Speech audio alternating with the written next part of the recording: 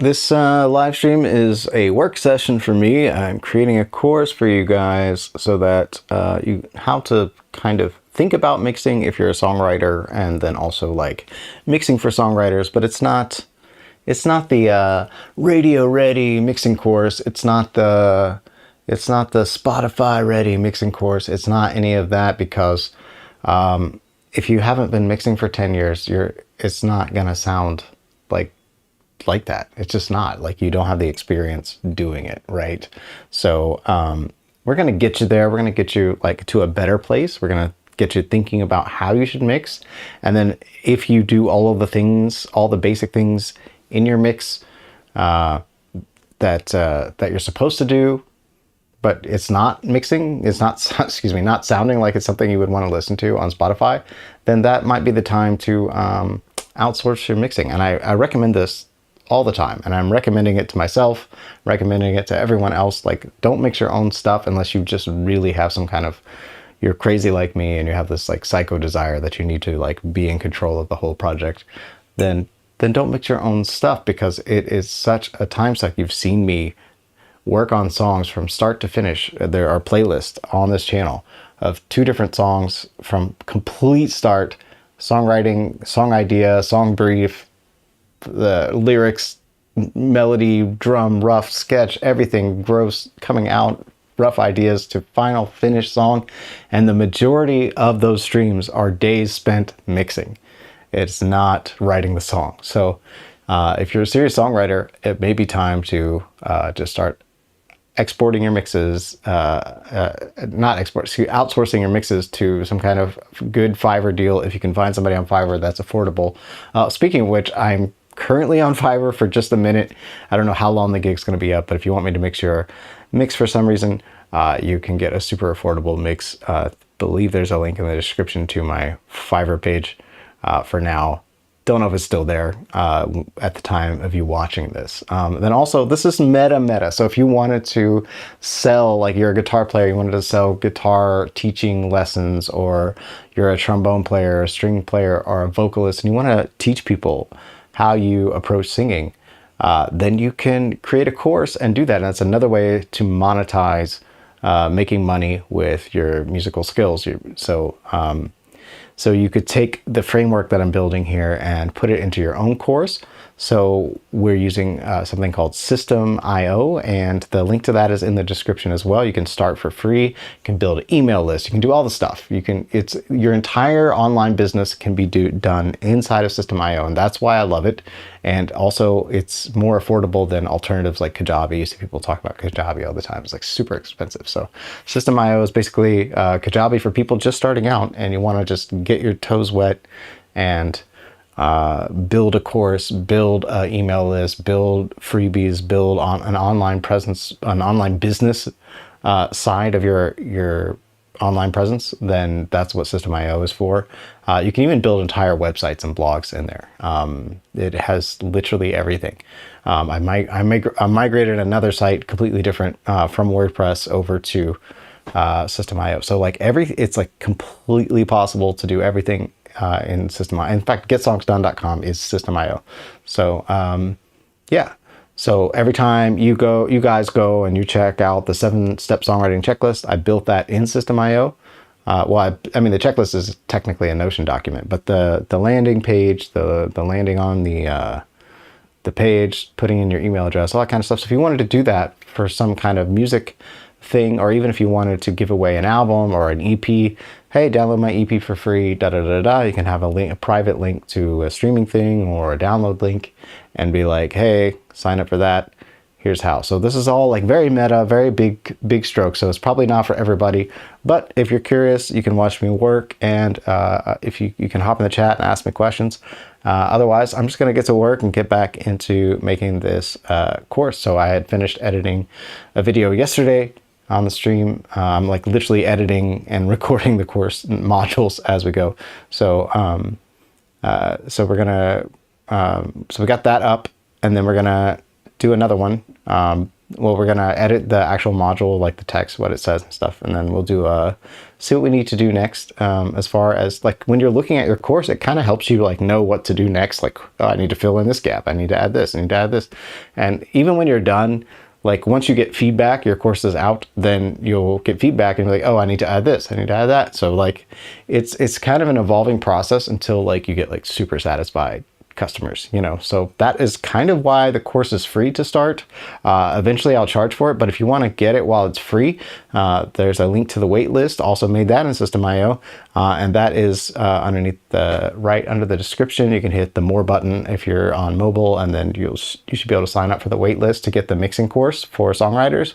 And like I said, it's just like how to think about mixing when you're writing a song, and then like it kind of helps you to where you don't have to do as much mixing. So like you can maybe get it, the idea is for you to get it like 80% of the way there and to be happy with it. But if you're not, or you're not experienced enough to like really get there, then once you get to that point for you, whatever that is, then you're making a better product to start with. Like that's the whole idea, is like, they always say you can't polish a turd, like things like that. Like it's the junk in, junk out.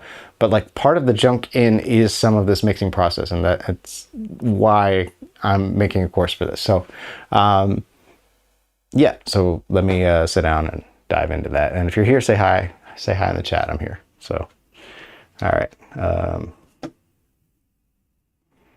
Let me get Studio One. What are we doing? We're just gonna you can see my browser. It's fine, I think. All right, cool.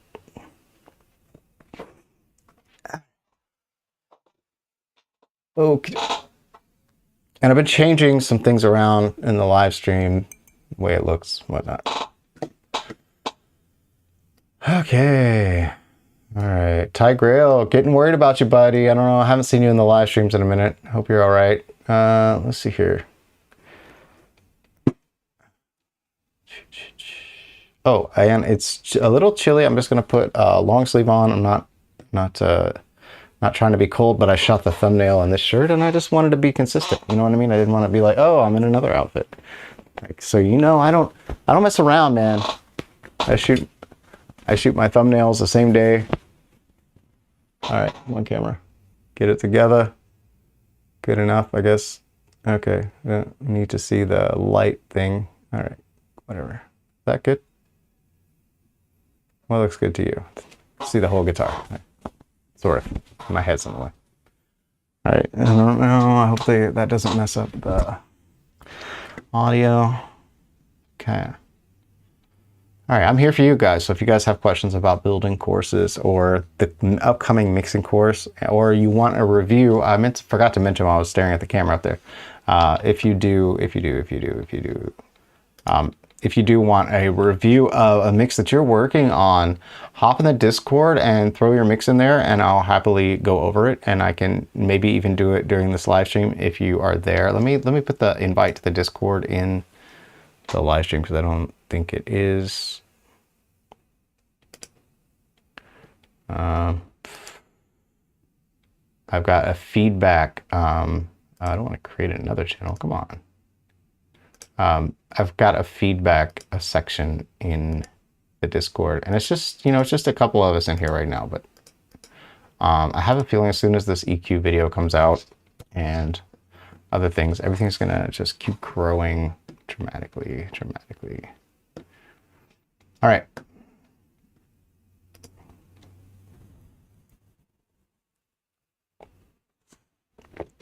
I guess I've been live for roughly 8 minutes already. How has time passed? How has time passed so much? Okay. So actually, I don't think this is the module I'm working on. I'm going to try to keep it so you can see everything on the screen. Maybe just do a little like that. I need a little more space to see. So I just uploaded a different video, and I think I've already saved all this. So I don't, yeah, I'm really it's really risky, but here. This is the actual course, and then, oh, that's the book. Oh, speaking of which, thank you guys. Some of you guys are getting the book on Kindle, and I appreciate it. It's just out on Kindle. Something is not wrong with you. Totally about mindset stuff. And if you're stuck, like can't even start songwriting, you just get in your own head about stuff, then maybe starting with your mindset and getting that squared away is number one. So, all right, let's look at this is the actual course, what it looks like right now. Let me refresh this. Maybe I think there's more. Yeah. The BAP framework for mixing, just made this up and it's kind of smart, I think. And then we got balance, and then I got an EQ one I need to add. Let me figure out how to get to it. What have I done? I have, okay, let me get in. So we're gonna get in system IO here. Let me do it off the screen.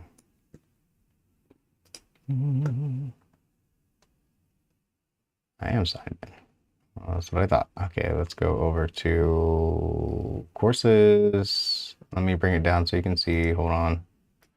Just accidentally flashed everybody's contact information the other day.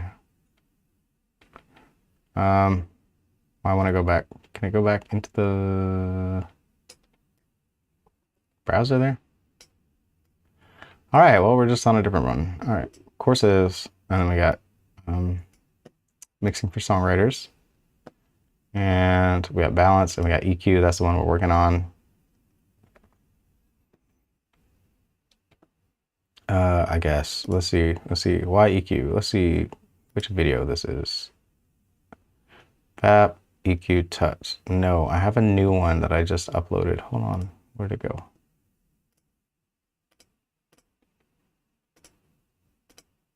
Here. Okay, BAP. All right, this is the one I'm working on. All right, so I think I can just switch it out here from here. BAP, EQ2. All right, insert. Yeah, because there was like a glitch with the video the first time I exported it. And y'all are lucky you didn't have to see that. All right. All right, so this is the new video, and then YEQ.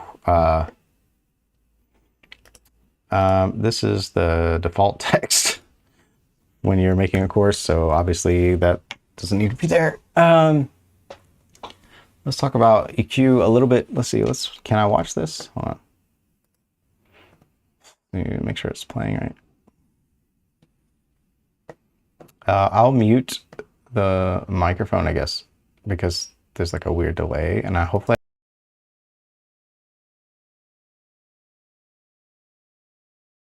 Before we dive into the actual equalizer, there are three things that you need to know about equalization. There's make the sound better, make the sound more awesome, and make it play well with others. This comes from when you're in a recording studio back in the day and you had to record stuff onto tape. There was no kind of going back. So back in the day, we were engineers. We would like twist knobs and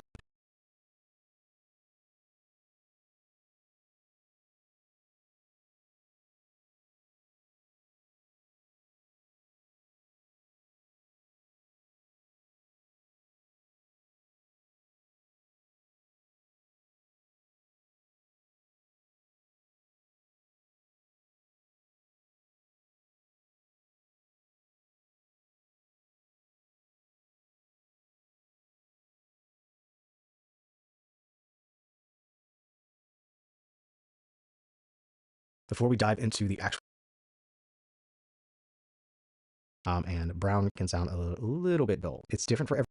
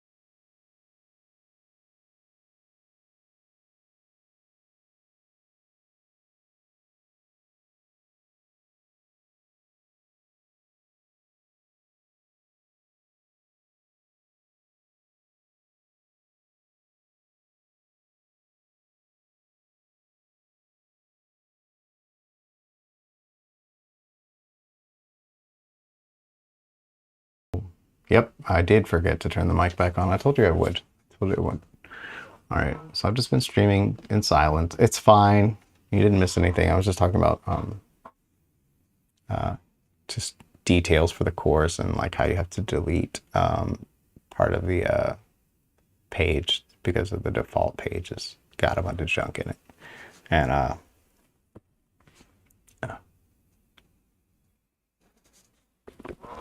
all visible license expired. Well, I definitely have. You know what? I'm really tired of it telling me I don't have a license for this.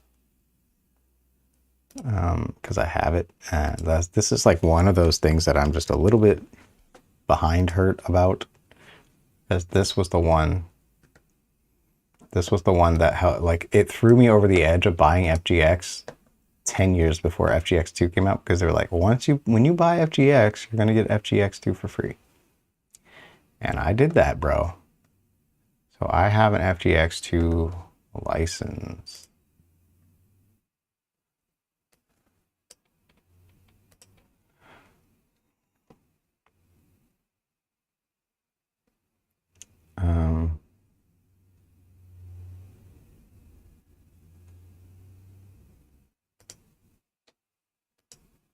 Oh, it's on an iLock? Oh my gosh. I should have a computer activation for that, right? Man, this got me messed up right now. I do have an iLock somewhere. Okay, I get it. I get it. It's not plugged in. That makes sense. That's why it's not working. Oh, iLock.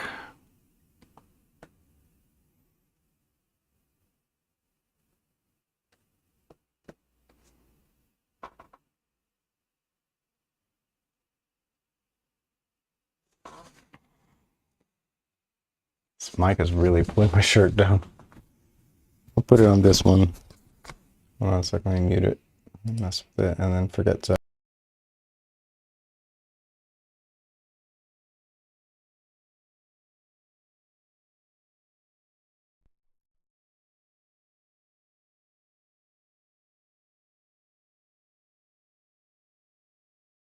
Significantly less incognito. All right, no worries. All right. And look at all these plugins I disabled. Oh, so that reminds me, I have to put the auto tune on and everything. Or the crispy tuner.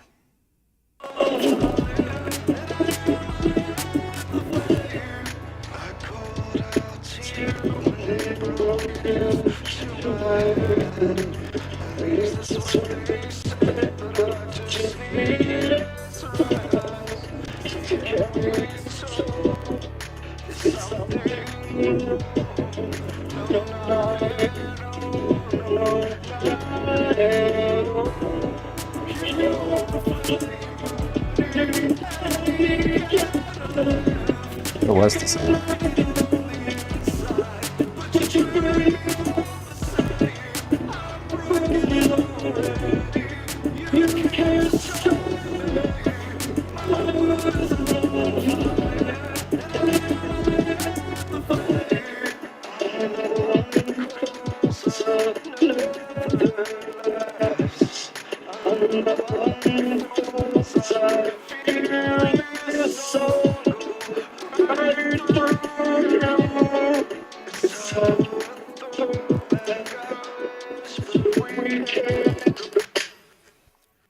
Is that like super loud? I can't see the levels. Let me check it. It feels loud. It's loud there anyway.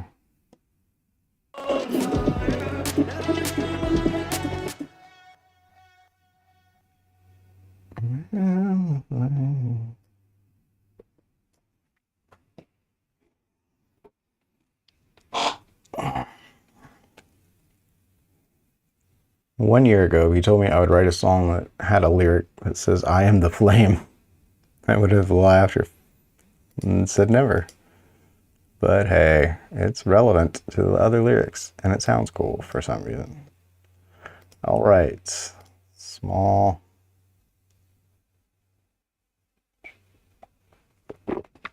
So what was this lesson is on dynamics? Okay.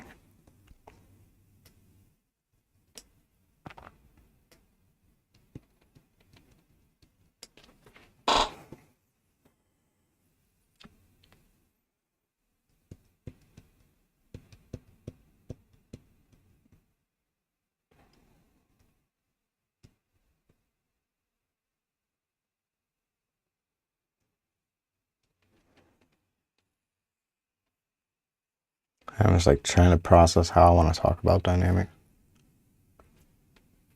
And this is why you should write things out first.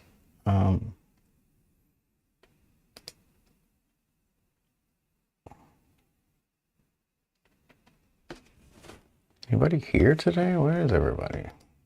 Just my thumbnails and titles are just not good. Well, this is just work. I guess it knows. It's like, just not going to show us anybody. All right.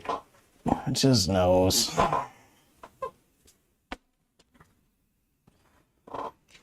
Oh, man.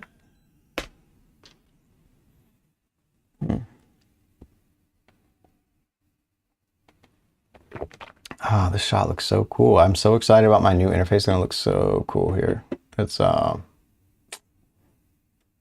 mean, I wish I would have got the 4 input the more I thought about it after I ordered it, but like it's not even available over here, the 4 inputs. So I guess I got what I got. So hopefully it's not too big of an issue. I hardly use the GR55, but I mean, I really was thinking about using it a lot more for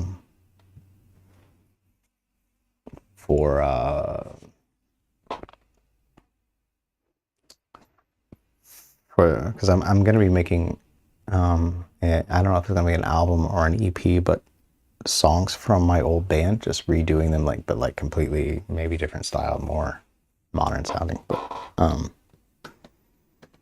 yeah, and I was gonna use a lot of GR55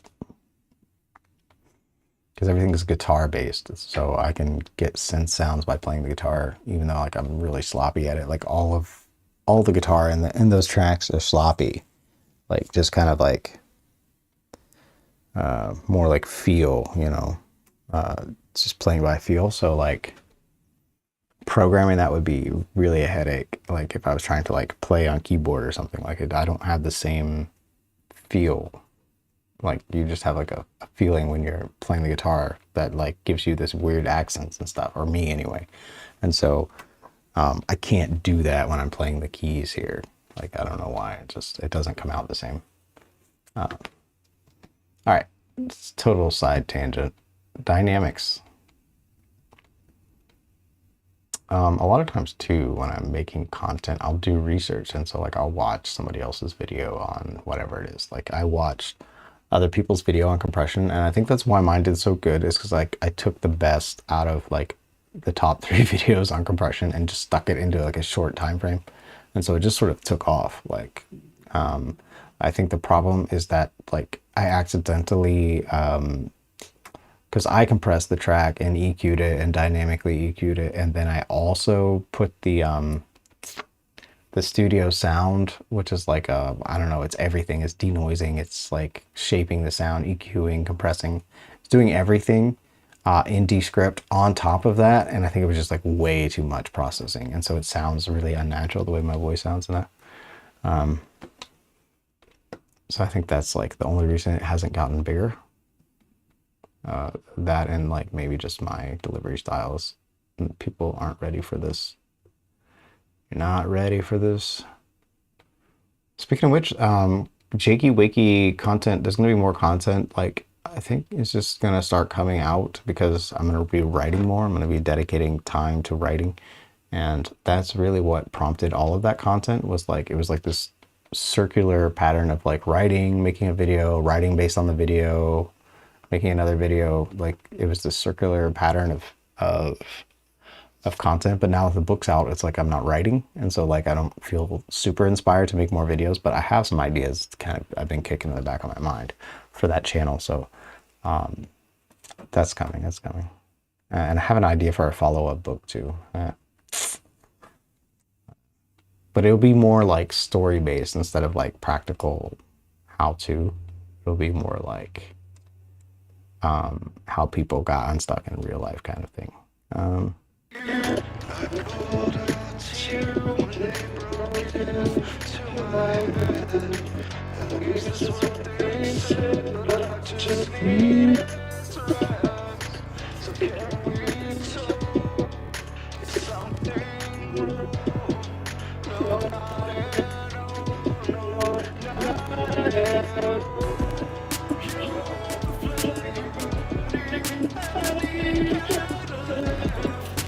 This one is like the verse, the actual verse.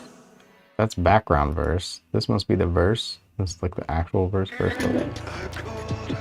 Oh, I put auto-tune on. I was like, why did it sound so good? I already put auto-tune on.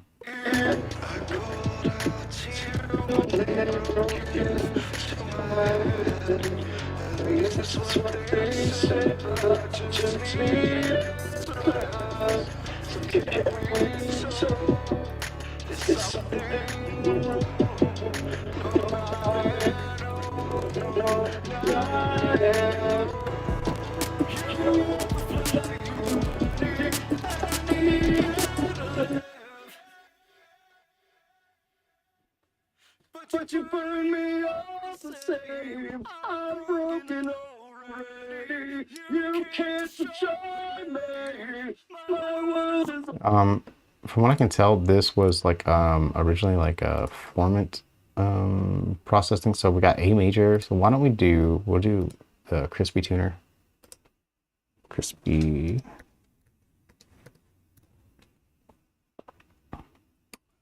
tuna. Where is the VST version? Thank you. All right, and we'll do this with A major, A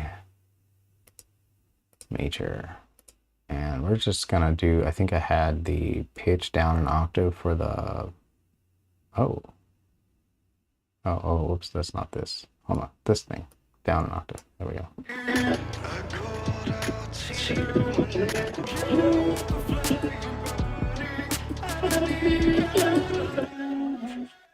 Yeah.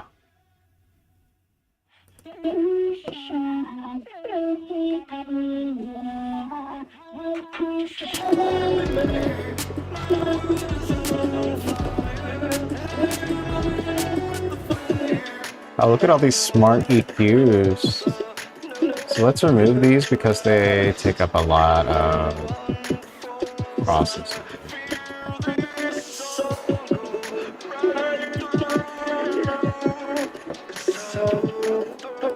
Maybe they're setting back on. Maybe not.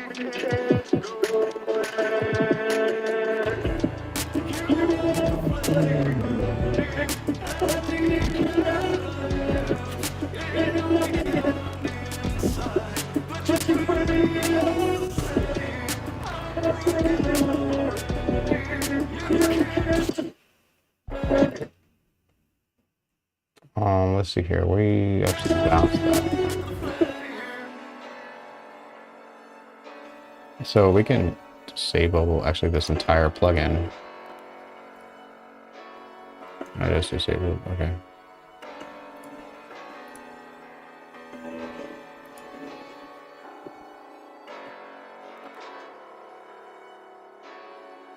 This.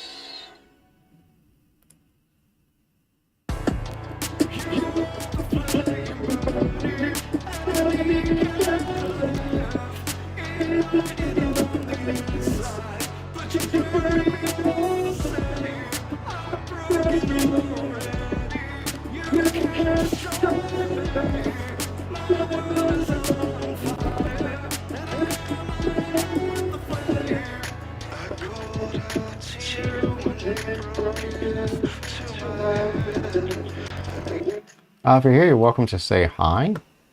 I feel like this, fix that piano. It just sounds too big. Too big.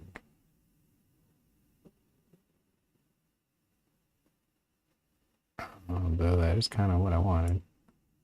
But it's like massive.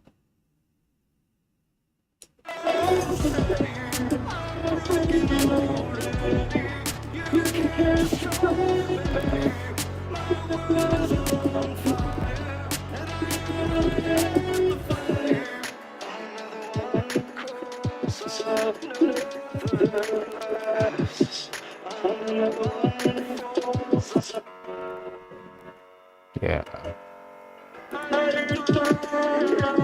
Yeah, I think I was EQing it before with Virtual Mix Rack, and we are not using Slate plugins right now, so let's go over and get Kirchhoff on there. Kirchhoff. Not the audio unit. Do I have to like tell it to stop? Cut it out. Where was the track? I got 2 virtual piano tracks. Wait. This one. What did we just do? All right, let's stick. Oh, we have a slick EQ on there also.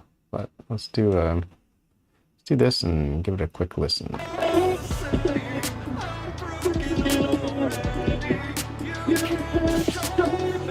So just by looking at this, you can see like it's very full. I don't know. Let me just solo it. I mean, I kind of want to do this in the context of the mix, but you can see this note here is this whole area is just mud, and so you want to have it on those quiet notes. And so this is, you know what? This will be the topic on the tutorial about dynamics, because I think about it this way too.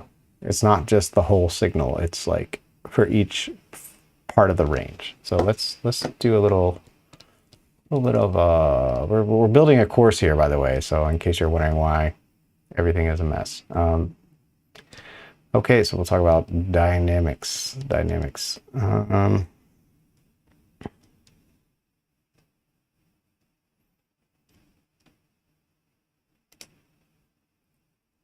Dynamics in the simplest form are loud and soft, quiet and loud. But I also like to think of dynamics in terms of frequency ranges as well, and then also over time, like how much dynamics are happening in a short amount of time. I believe they call these macro dynamics. I don't know. It's what like Sculptor and things like that are doing, are like kind of like morphing your sound into this certain level of dynamics over a short period of time to like kind of give it a little more it's what I like to call the densifying process. This is completely made up, but essentially even if you just compress something like a lot with a standard compressor, which is what you use to control dynamics typically, you would put a compressor on, and it will, if you're singing and you sing this note and it's super loud, then the compressor will go over the threshold and bring that note down. And then when you're singing quiet, it's doing less. And so when you bring the output gain of the compressor up, we already talked about this, it's bringing that average volume up. But what you're missing a lot of times when you're compressing something is that that loud note that you just sang is like, I don't know, let's just say like a high note, an E or something. I don't even know. But let's just say it's higher up on that frequency spectrum, on the hertz scale or cycles per second. It's higher up on that. So you're clamping that one down maybe, but you're not clamping down the lower notes that you're singing. And so the discrepancy, even though you're clamping that down a bit, like still those lower notes may not even be coming close, and they might be like averaging way, way quieter. So you have to think about it also in sections of frequency, and then also like the S's and the T's and things, those things. That's why people put de-essers on things all the time, is because those come through faster, they come through a compressor faster, and they also tend to be louder. Depending on the microphone, they can be louder. And so you have to compress those also, and those can trigger your whole compressor and mess up your whole frequency spectrum balance. And that's why a lot of my dynamics processing is actually within an EQ, a dynamic EQ. And that's why you have seen some of this process already so far in the EQ tutorial. So now we're going to dive into a little bit more of EQing this piano part and thinking about it in terms of dynamics and like what we can do to like make sure the body is always there, but then when certain parts of the body pop out, that those get compressed also. And so we're just sort of shaping it this way. So also, if you're just getting here, say hi in the chat. That's super cool. I'm literally making a course. So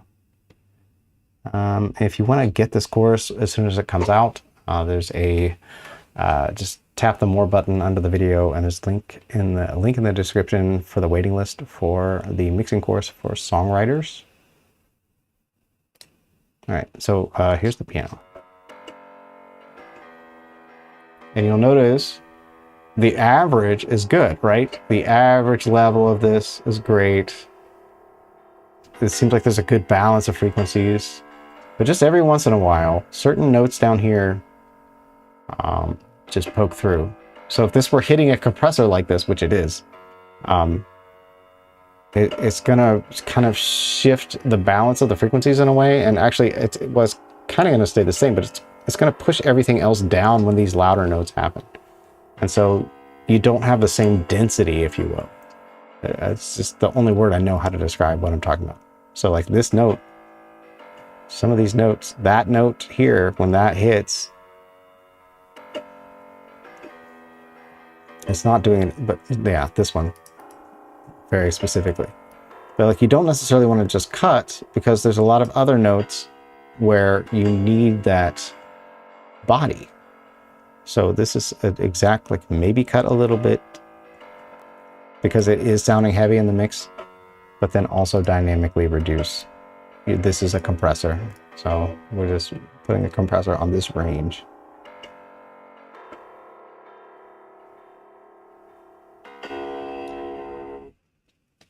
There we go. And that way there's still some body in there, there's some body in there, but it's only mainly taking it out when it's too loud. And let's listen to this in the context of the mix. I still think it's probably too thick.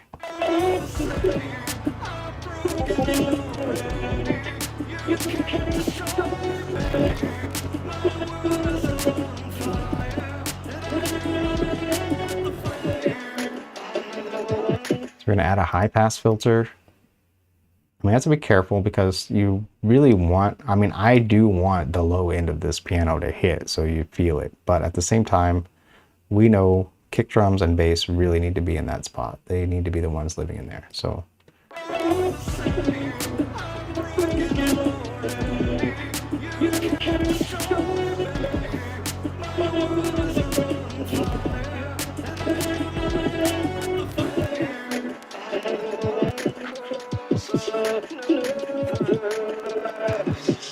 Just a little cleaning up, right? And we notice the same thing here. In the mid-range is a similar problem. Sometimes the mid-range pokes out quite a bit over this ideal. This line is basically like an ideal flat line of our audible hearing. Like it's kind of what you're shooting for. So I know it's cheating and it's very visual, and I think this is probably just a good way to get a basic sound. Like it's not perfect, and like using your ears to mix is great, but when you're starting out and you're just songwriting, you're focused on song, like you don't always have that hearing, or if you've just been listening to it over and over, your ears are constantly trying to adjust to make everything sound correct. So your brain is adjusting rather. So you're hearing the sound and it could be completely out of balance. Like for instance, like those drums are like a little bit crispy, right? And I need to go in and kind of fix that.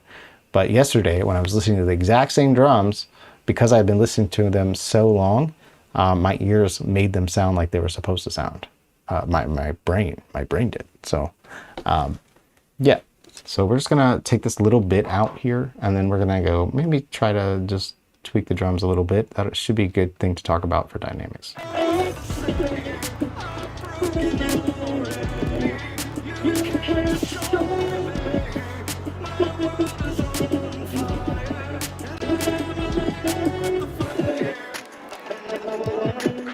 Actually, this frequency here can be kind of annoying. Anything like between 1K and 4K can be like annoying over time, and you don't want to take it out because like you really hear a lot there. Like but if it's just constant or things poking out like in that range, like it can it can be annoying, you know, like.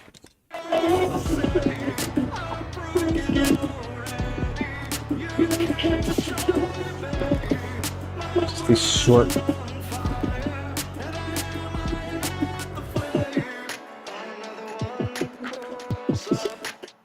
And maybe I'm not going over this in enough detail, so if you have questions about the detail, what's up?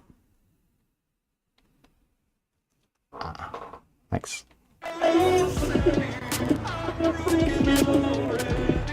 It's really bothering me just listening to the drums today because they're so out of whack. Whoop. Let me go fix those. Something like that. I lost my spot.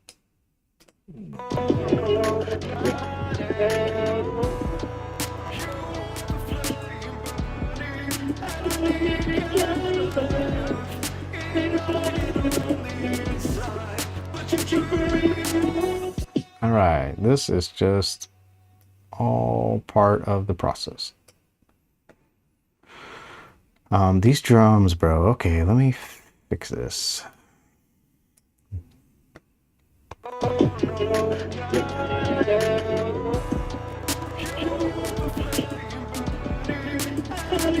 Okay, so I think what happened is, like, whatever the balance is sounds right before the drums change to this track, and this one's just a little bit bright.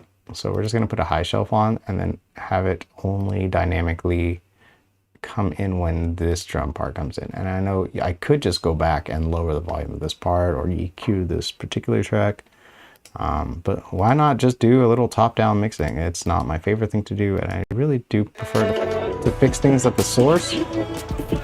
But I have a feeling a lot of you are going to be working with loops or with beats that are pre-made, and like you're not going to have as much control over everything as somebody that makes everything from scratch. So doing something like this.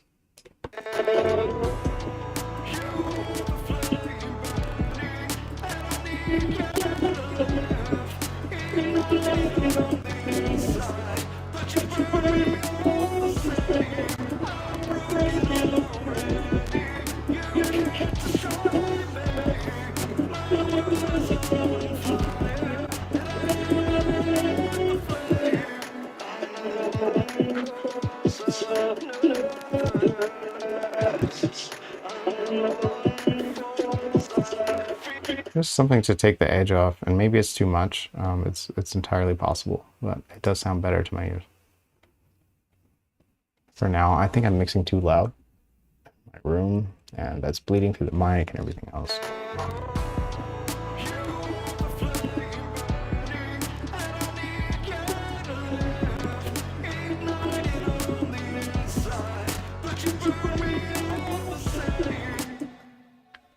Okay, and I'm still recording for the tutorial, so let me just do like a little bit of an actual compression bit, I think. So these drums are running through a compress. Well, they're running through. Well, this. Speaking of the densifying process, this is sort of it for me. I've just come to this, and then I haven't been able to get away from it. I keep trying to like use separate compressors and use separate clippers and separate limiters, but as far as like those macro dynamics of like just controlling them and like getting things dense, like the difference between the loud and soft but not making it sound compressed, you do it by doing little bits at a time with different tools. And this has all the tools built in. This has a compressor, this has a high frequency limiter, this has a clipper, a multi-brand limiter, and then another limiter on the output. And so doing all of these things just a little bit makes every sound or bus that I put this on just that much more rich and dense and not fluctuating so much in dynamics. And I'm not saying you don't want to have a dynamic mix. I'm just saying you want to have a controlled dynamic mix. And so this helps you do that. And so let me just turn it off actually, and then you'll see the difference in the drums. These are the drums without this on. Now it's not level matched, I get that. And you just listen to the drums.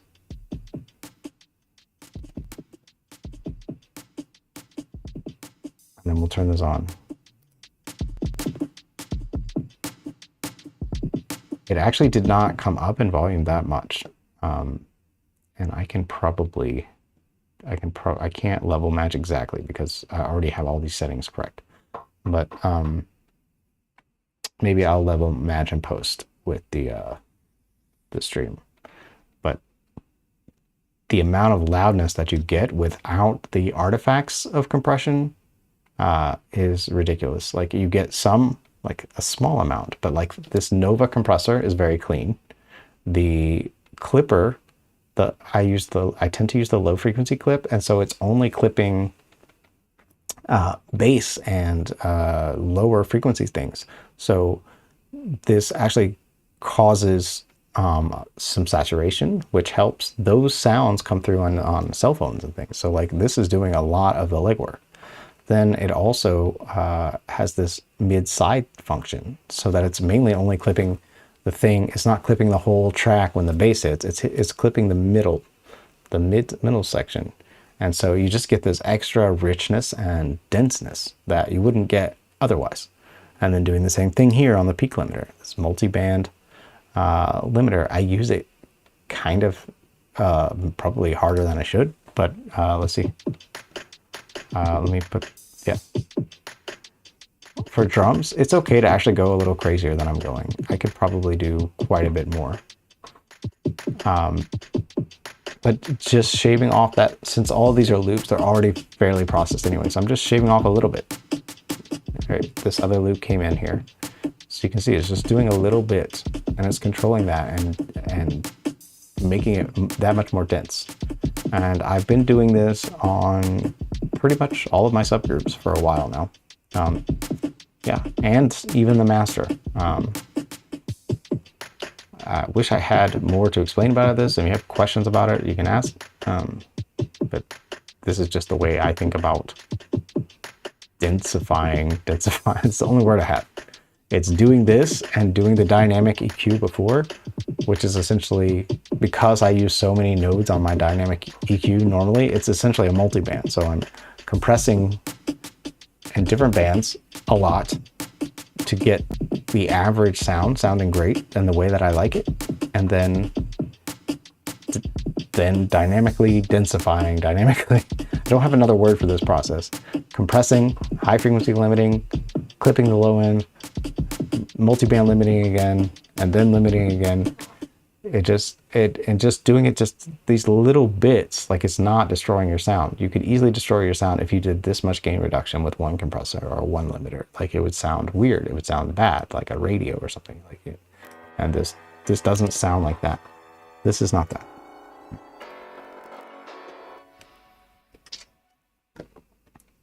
And that's all I got for this bit. In the next, what do we have for the next module? Do we have another module? Do I have another module? Am I out of modules? All right. What else was I going to put in here? Mixing for songwriters. What? Where's the course? All right.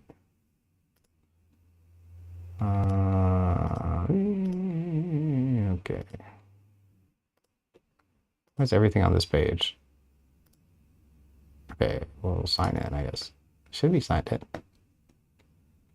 Okay, courses. Mixing for songwriters. Working in the DAW. So I think, here we go. Subgroups, and we already came up with this. Auxes. All right, so we came out with an out. Apparently I did outline this course. So that's good. Subgroups and auxes, effects and reverb, vocals, mix post processing, and before you publish. Okay. Okay, that's that. All right. So in the next tutorial will be for subgroups and auxes.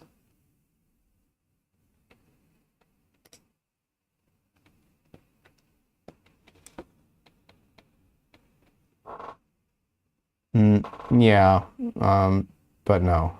I mean, multi-band EQ, multi-band compression is just still way looserer. It's not specific enough.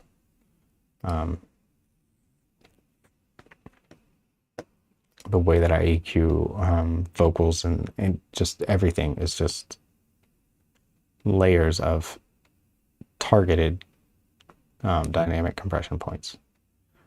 I don't have a good example. Maybe I do here, because I pulled up the other mix here. So for whatever reason, these are all smart EQs, and the smart EQ does like kind of the spectral balancing thing too, which I need to get into. Maybe, I don't know.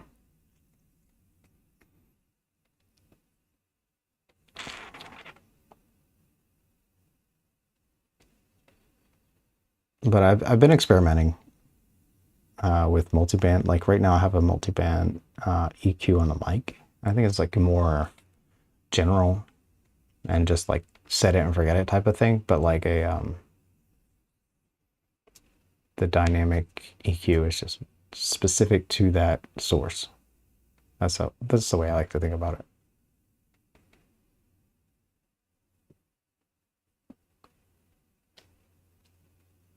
Are you you make music, Clay?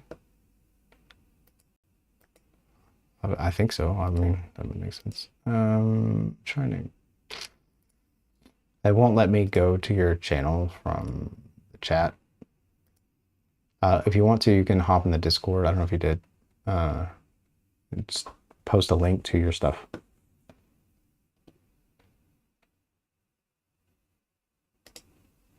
Are you getting stuck on mixing, or is this like you? Oh, okay.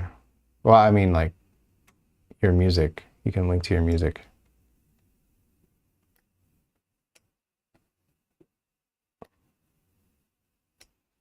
All right. Okay, so we got that, and then now we're gonna talk about like actual mixing, I guess.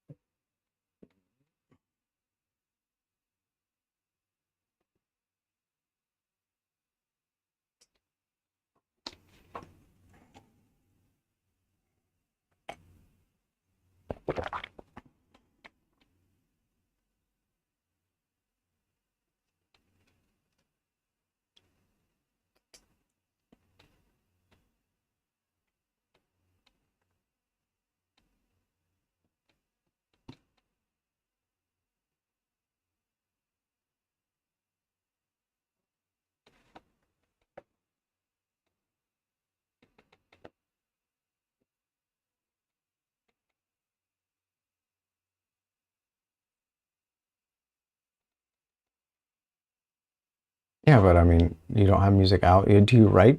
You write songs though, or like what do you?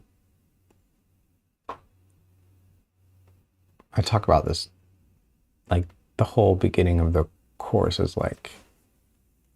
I mean, the whole reason I'm putting this course out is because I feel like people get stuck on mixing and like they don't want to make music because they don't know how to mix. They feel like they don't know how to mix, or they don't know how to get it to sound like stuff they listen to.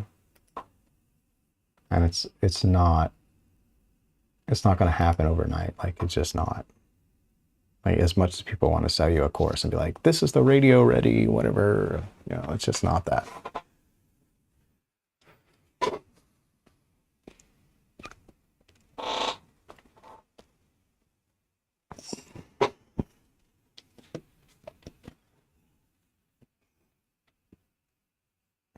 Like it's weird. Like I've gone away from even like trying to use reference tracks. Like which is strange. I think I probably should use reference tracks, but like I've gotten just from mixing and like aiming for the sweet spot where like you kind of have a even mix just based here, like, and then yeah, you want to check it. Like obviously like my mixes are not like they're not 100%. Like if you listen to my tracks on Spotify, like they don't sound like they came from a record label, but they don't sound like the worst. You know what I mean? Like, and I think that's like really where we need to get as artists, because I think people are really accepting of like stuff that just sounds like they just made it. You know what I mean? That's the whole TikTok thing. Is like, I just made this thing, here it is. Like, this is what it sounds like. You don't want to change it too much, you know, you don't want it to be like completely different. And that's why like you think about these parts of mixing as you go. Yeah.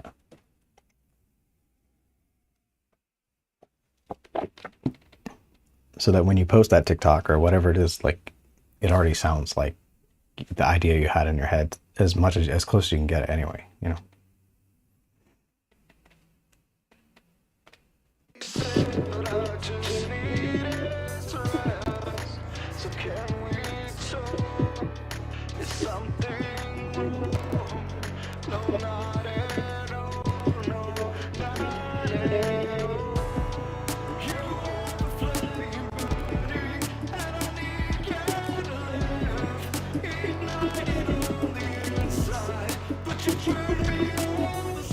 Yeah, well, the easy fix for you, like, you probably don't want to hear this, but like the easiest thing for you to do, like, especially since you're like, if I could go back 10 years and like start making music again, because I'm in the same boat, right? I used to be in a rock band, grunge band, whatever, alt band back in the day in the early 2000s. So I'm in the same boat. And like, if I had just like adopted, like, this is going to sound bad, but like if I had just sort of adopted the rapper mentality, which is like download beats and then like just sing over them, then I would have been able to put out a ton of music.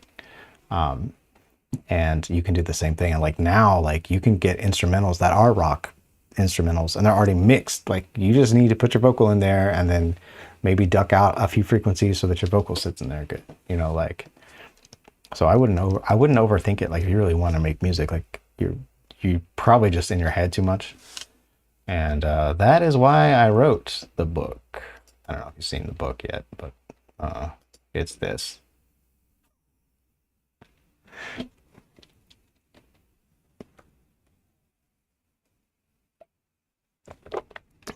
It's just about, it's all the stuff I did to get unstuck and start making music again. I made like an album's worth of music in less than 6 months. And wrote this book and restarted this YouTube channel and my other YouTube channel. And yeah, so it's on Amazon now. I think it's free on the site right now, but it's in a Notion doc format, so it's a little, or Notion page format, so it's a little bit tedious to read. And if you want to get the Kindle version, that would be amazing. Oh, I can be a little harsh sometimes. Apologies if I hurt your feelings. All right, let's go.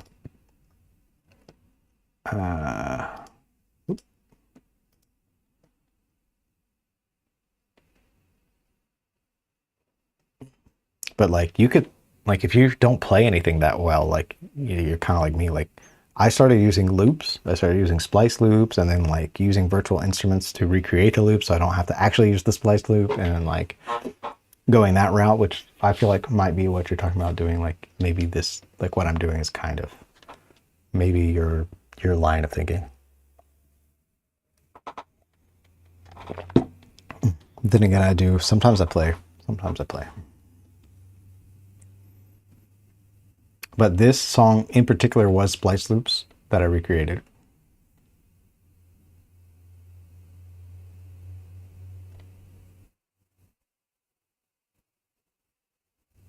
Yeah, thanks.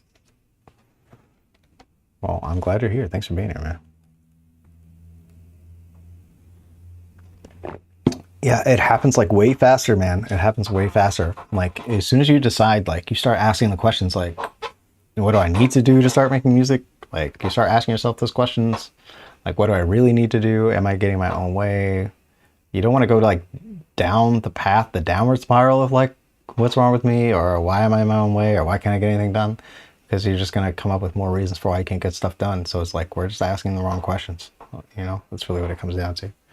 Like, just start asking the right questions.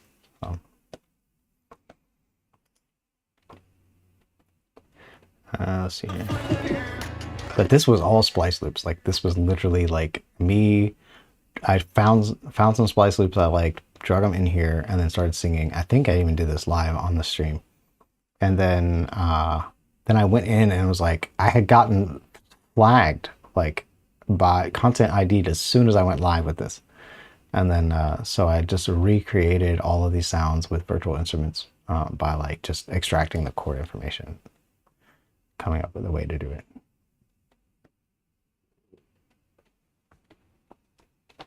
Yeah. And there's some really good guys making like rock guys that like make beats now. Like you can just download rock tracks that are sick. Like, you know, like BeatStars has licenses for rock beats. Like there's all kind of stuff that's like awesome. It's like hiring a full band, but like for like $20 or $15 or whatever. Yeah. Yeah. Well, this is why like I use the loops to like inspire me to write the song and then I redo them. So like it's not necessarily, it won't necessarily be a perfect process. Like you won't necessarily be one for one, but it teaches you a lot about like trying to find out, figure out how they made that sound. Yeah, BeatStars, man. Like it's all mostly for rappers, but like there are guys that do like you can filter by like rock and you know just license the track and then sing over it. Like if you're a vocal like that, you could make a song every week, you know, like find a track that sounds awesome, license the track, sing over it. And you might have some content ID issues and might have to dispute them, but you have the license for it. And that's the whole thing. So or you can have somebody like another thing too is like you could find the track on BeatStars or find the track on YouTube. Like guys are like me are just making tracks to sell. Like we don't know what to do. Like we're just trying to make money with our music, so we think we need to sell our tracks. So there's like a lot of talented guys just making tracks and that can't sing. So you can go like find their YouTubes and stuff like that, maybe talk to them one-on-one. Like it's like having a producer, but like it's so much more affordable. And then you can or if you just find a beat like on YouTube that you like that is in your style, and then like you don't want to worry about content ID and all that kind of stuff, just have somebody on Fiverr remake it for you, like from scratch. They'll be like, hey, can you remake this but not use any loops? And then like, you know, they'll message you back and be like yes or no, and then you pay the $20-$50, whatever it is, and you have a full track. You don't have to go in the studio, you don't have to do none of that stuff. Get the full track and then sing to it, and then you have a song. You can make songs so fast. Boom, boom, boom, boom. That's how rappers put out so much music. That's why it's so big. The genre is so big because they're just singing on top of all these beats, man. Like they don't even care. Like it's just like, okay, like which beat sounds cool to me right now at this time, and then sing over it, rap over it, whatever. Like you can literally do that. Like there's no reason we shouldn't be doing that. Like we think we're better than that because we can play, or like we know like what it takes to play and all this kind of stuff, but we're not. Like there's no reason to be better than that. Like if they already sound good, like they're already out.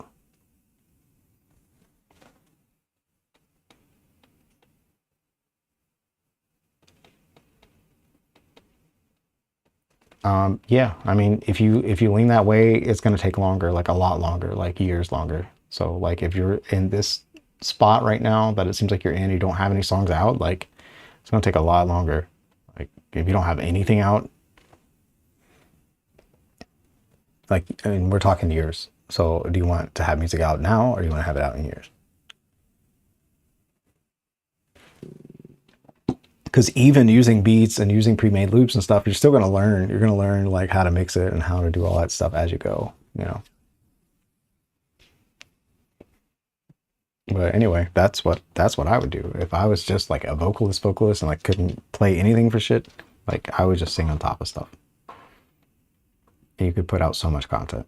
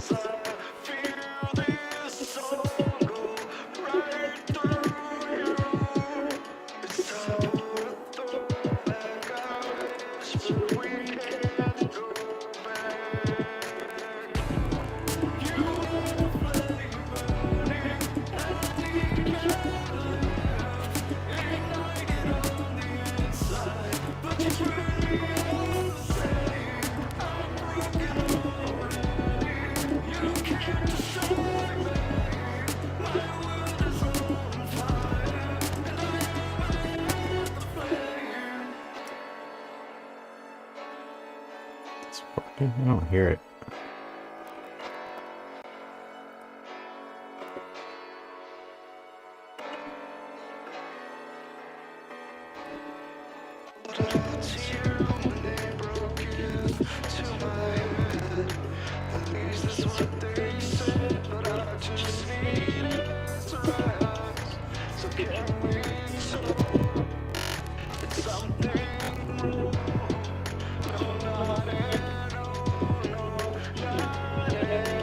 Yeah, it is sick. Like, you can make so much more video content faster.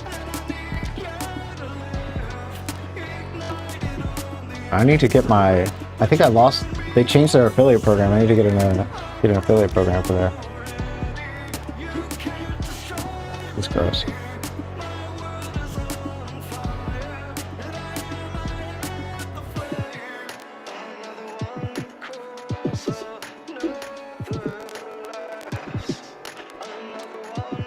Thanks for hopping in here and talking.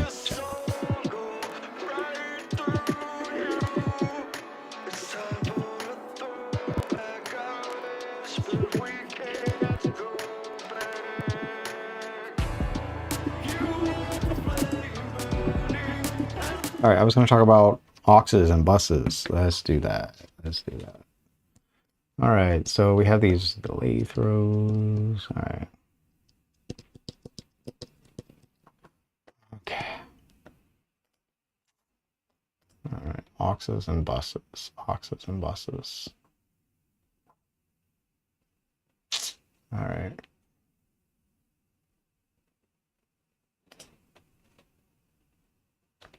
Okay, in actual mixing land, back in the day when you had these mixing boards, these giant mixing boards and consoles, you would have your vocal, and your vocalist would be like, hey, can you put some delay on my voice? And you'd be like, sure. And what had to happen for that was kind of crazy. You would have to go on that channel, go down to where it said aux send, it stands for auxiliary send, and then you would turn that little knob, and it would send audio to another location, an aux, if you will. And that aux, you would then route out of another plug in your console into this little reverb unit, digital box. You would plug that little 1/4-inch cable into there, and then out of the back of that, and then back in, you'd route that back into another channel, and that would be your aux return. You could have an auxiliary return, so it would be like right there on the mixer, and then you would adjust it there, the level there, or you could bring it in on a whole new fader. And so when we're talking about auxes, that's what that is. But in a DAW, it's just this really simple, elegant solution. And the same thing with subgroups. Back in the day on the mixer, you would have all of your little channels, and then all your channels would typically go to the stereo mix, the stereo subgroup. But we also had these things called subgroups, and the mixers back in the day would only have maybe 4. You would have like 4 subgroups, 8 if you were lucky, and 16 if you were on a giant friggin' monster board, but like 4 usually. And so you would send all the drums to one subgroup. So instead of on the mixer at the bottom of the channel, instead of like there's like a little teeny button, and it's like 1, 2 for stereo, or 1, 2 for group 1, 2, and then 3, 4 for group 3, 4, and then like stereo bus. And so you would have to take it out of the stereo bus, put it into 1, 2, send all the drums to 1, 2, and then you could put a compressor on all the drums, and so that they're always hitting, and they're always like a fairly consistent volume. And then you would go over to that actual group channel, which would be a completely separate channel, and then you would adjust the volume of all the drums with that one channel, that one fader. And the same thing, you would send that, before we get too lost. So all of the drums are sent to that group channel, but that group channel has something called inserts. And so you would be able to insert. So you still have to plug in the stupid 1/4-inch cable out of the insert into a rack mountable compressor unit, and then out of that compressor back into the stupid subgroup insert return, and then you could be able to control the output of that compressor. And so it was this ridiculous process that is now like one click inside of your DAW. So They're essentially the same thing, but there are like there's reasons for why you would do things differently. But in general, subgroups are for like pure audio, and aux tracks are for something that you're gonna use like a time-based effect, or like something that's very, very affected, like a reverb or a delay or something to that nature, usually auxes. So let's dive in and I'll show you. Yeah, this is in Studio One, and we got auxes here. Oops. If you say effects track, then there are auxiliary tracks, right? And so I have on my vocal track here. Okay. Right. Send mute. Effects 1. So we have here a temporary, that delay, that echo through you. It's only being sent here where I'm muting the send, or unmuting the send rather. So the send is just the mute on and off for that auxiliary. So this would be the level of that knob here. So back in the day, it would be a knob, but here it's just send level. And -6 is -6 decibels.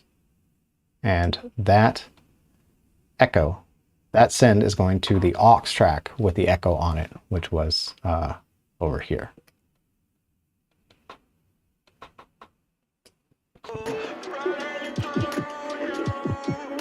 Whoops. Where is it? Did anybody see it?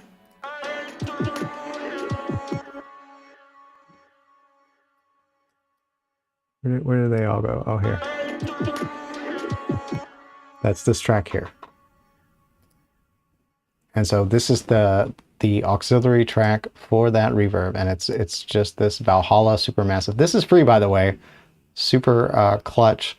Valhalla makes amazing reverbs, but they have some really great free plugins, Supermassive.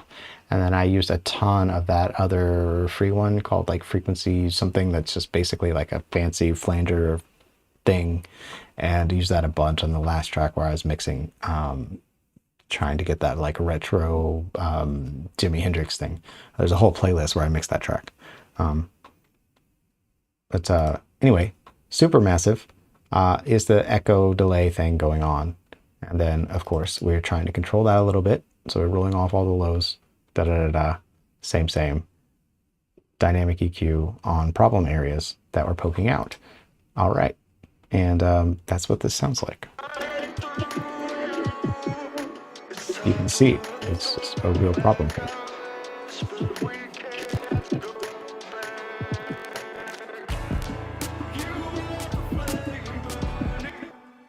All right, and that is, I guess, it for buses and auxes. If you have any questions about buses and auxes, ask me over here in the chat. And if you have questions about buses and auxes, let me know. And then now we'll move on to the next module. Sorry, that was like very I'm making the modules for this course. What did you say? I love old school live sound. I don't know. What did I do that? Oh, so that Jimi Hendrix mix that I did, when it sounded very live to me. Like that's what my wife said. Like, oh, it sounds so live. And I think the reason was because I did it in the Dolby Atmos bed, and I had too many of the speakers that were like far away. I don't know if you saw that mix, but like there's a whole playlist where I mixed that song.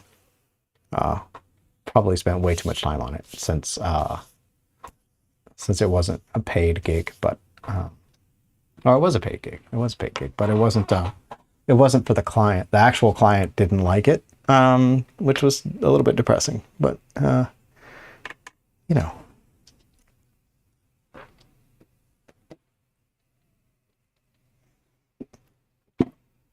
All right, here we go.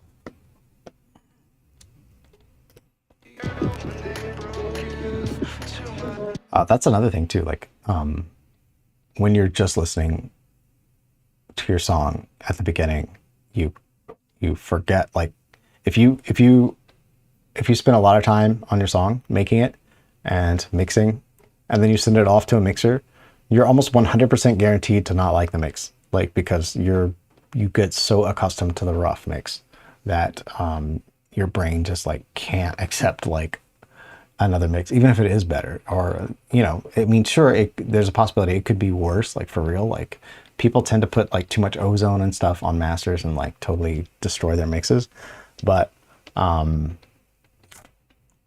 if it was a good mix, like it's still like a good chance you won't like it because your ear is so used to the rough. Like because like I mean, I listen to the rough and the rough is good, but like mine has so much like more depth and interesting things going on. Like, I mean, like how can you not like this thing?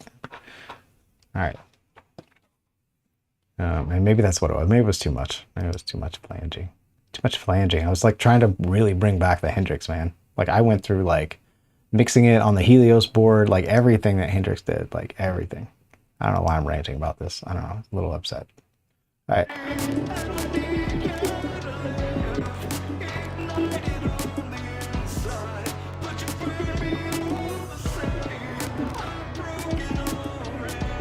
This is another reason, like you just really should be just putting out music, like just even if it's on SoundCloud, like put out a bunch, because like even if you spent 2 weeks making the song sound perfect to you, like a week later or a month later, like you're gonna hate that mix. Like there's just a growth that happens from doing it over and over. Like you can't, like I'm not saying like don't spend time on it, but I'm just saying like give yourself a deadline, because otherwise you're still gonna not get songs done. Like, it's not gonna happen.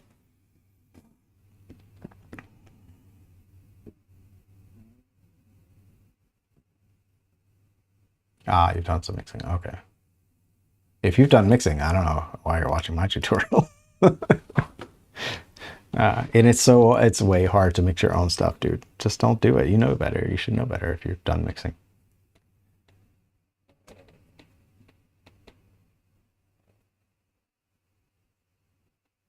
Yeah, it's brutal. Like I've spent days like mixing something and like, well, I mean, literally like maybe 15 hours on that mix, something like that. And like the guy's like, no, I don't like it. And then he didn't say why. Like, what didn't you like about it? Nothing. Like, just, I don't like it. Like, okay. Great.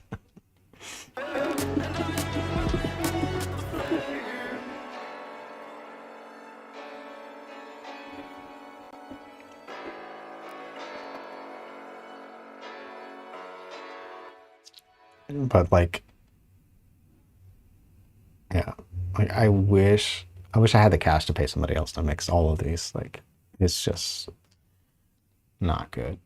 Like, 'cause I always wish they were better sounding. Like, I've already, like, this version of the mix, and I've hardly done anything, but like the minimum amount I've done is like sounds better. Like I've taken off all this FGXs that I had on there.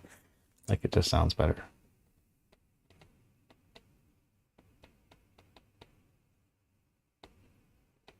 Yeah.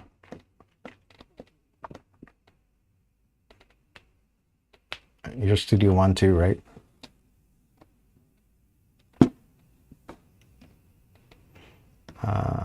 Okay, I'm gonna save this. Actually, let me play this track and then I'll close it, and then we'll go into Descript and edit I recorded 2 modules. So.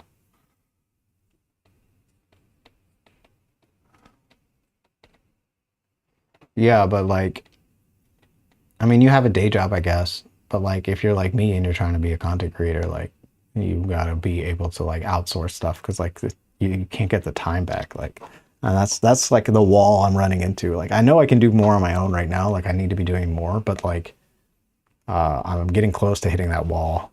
Like I need to start outsourcing stuff, because like if my main thing is music, and then but I have 2 main things now. I have music and then I have writing, and so I have to figure out how to balance that.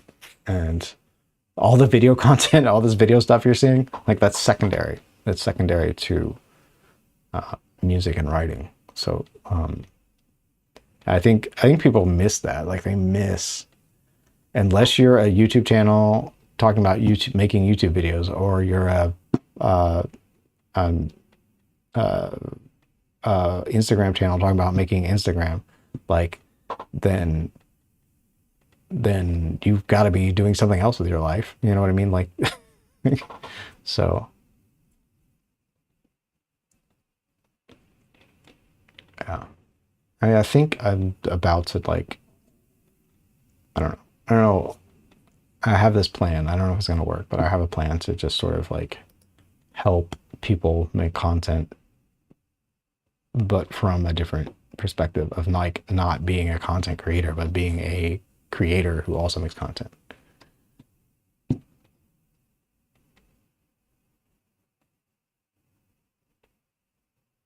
Yeah, the hats thing. Like that's another thing, like just the degree of knowledge you have to have, and then you need to be able to like remember it on the spot. Like it's just like, and it's a different mode, like it's a different hat, a creative mode and an editor mode, and you got to be able to go back and forth. Oh, hey, yeah, give me a thumbs up, I guess. Thanks. That's funny. Which one is this? Yay. Yeah. Like so many hats, bro. People don't, they're not ready for it. Like, what is it? Like 90% of kids want to be YouTubers. It's like, y'all don't know what a YouTuber is. Like, you're not a YouTuber. You're something else who YouTubes, like who makes videos.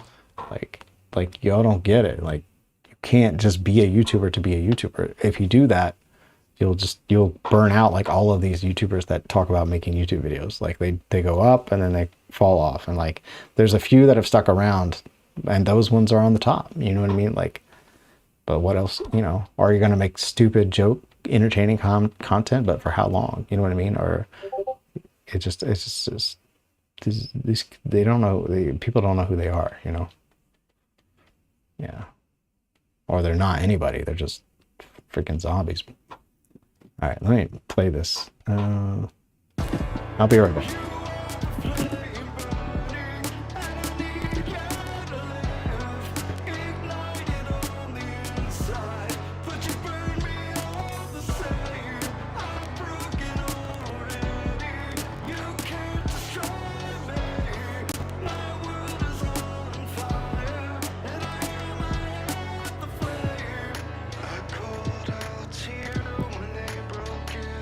To my head, at least this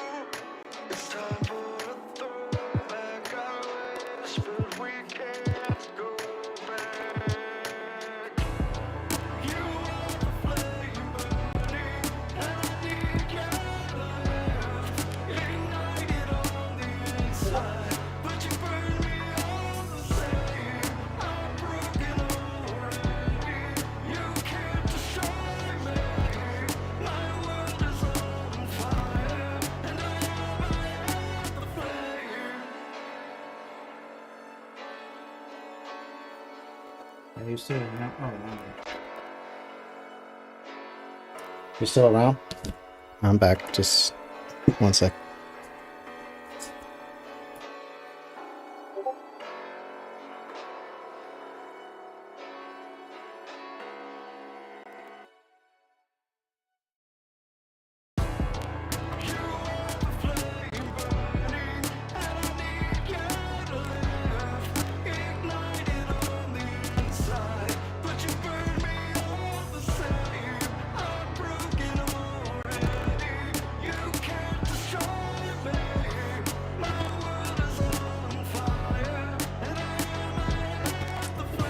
Back.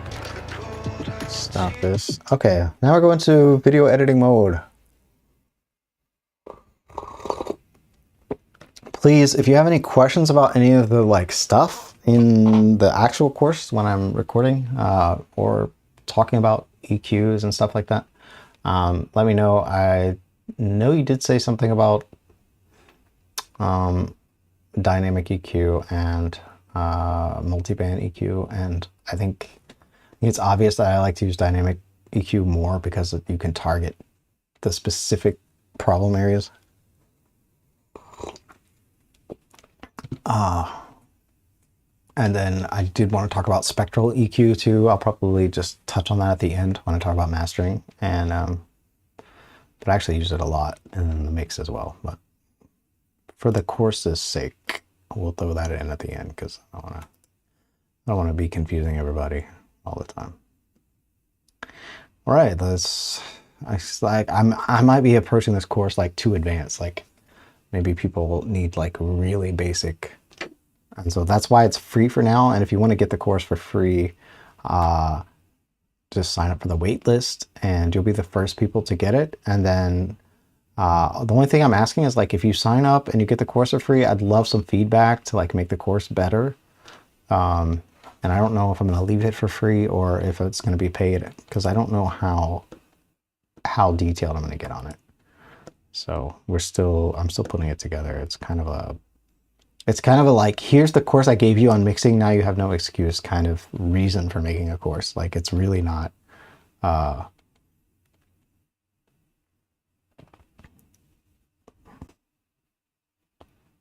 it's not, whoa. Okay, let me do, okay, coming soon, AI video generate. That's really creepy and awesome. All right.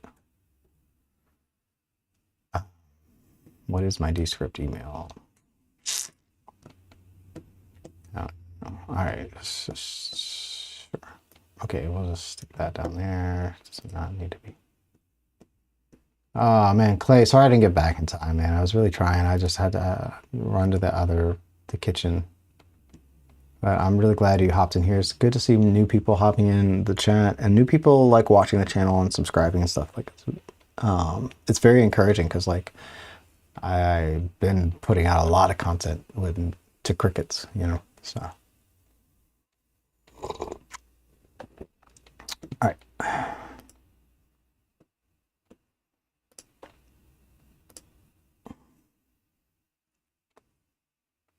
And we're going to call this dynamics rename.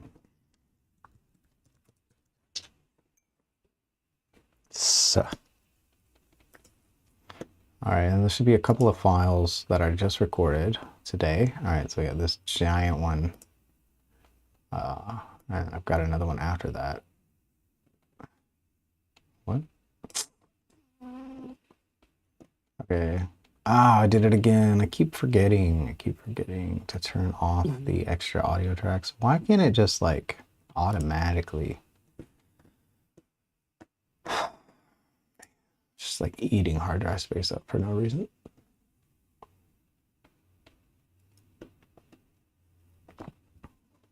Maybe I'll edit it and resolve. I'll just change it up. All right, let's do.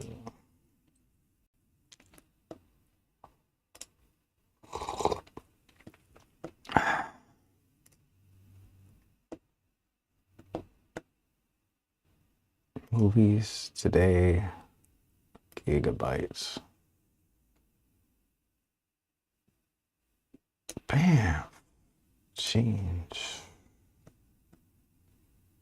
All right, and we're going to do the output. For this particular video, I don't like to go over 1080 for the course stuff because System IO doesn't handle anything larger than this that great.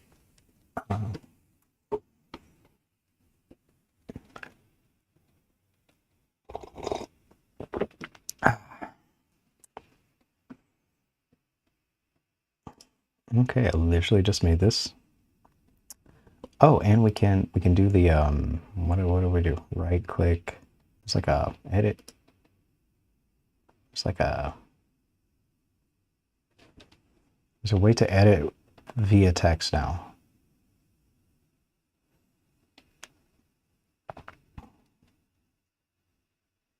Timeline. I forgot how.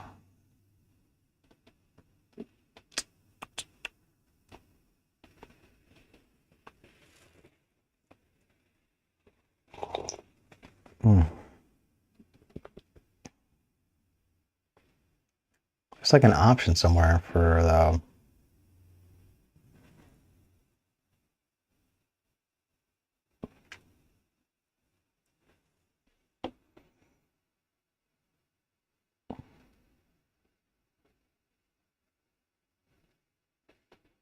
Don't make me look this up in real time. Please don't. All right, it's not in clip.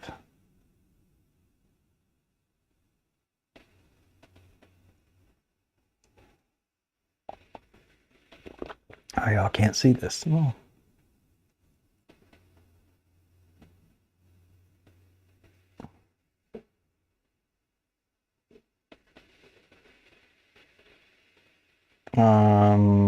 Did you hop in the Discord?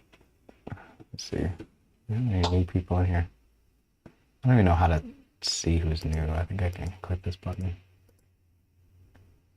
Oh. Okay.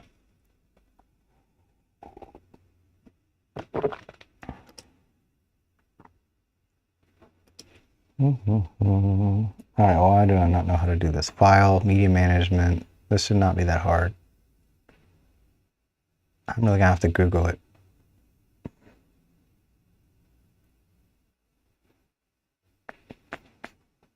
Oh my gosh. There's like a... It's like right here. Create subtitles from audio. There we go. That's what I was looking for. It's in the timeline submenu. All right, create.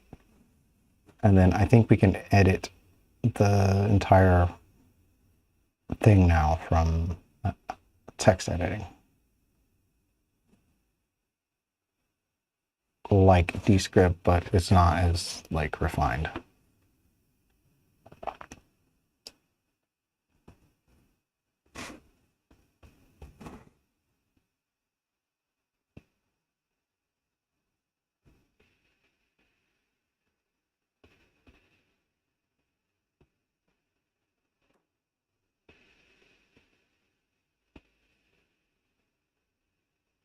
This is slow, bro.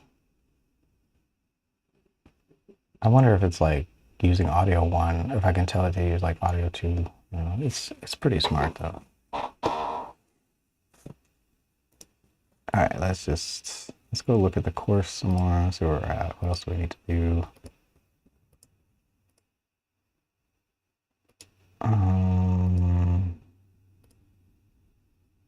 Where's the actual course? It's in another tab probably. I'm gonna close this. I feel like I have just too many things open. Close that. I think I have another one. Here, down here. This is still not right. All right. What is this?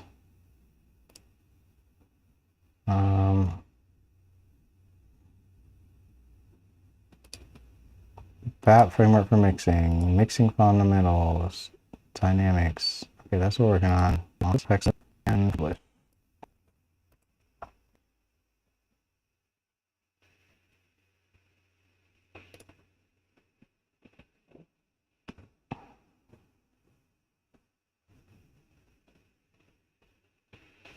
This is on Dynamics. Dynamics. Hopefully you've heard Dynamics by now, but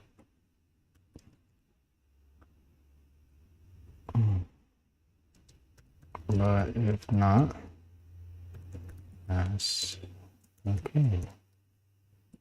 This is how I think about Dynamics.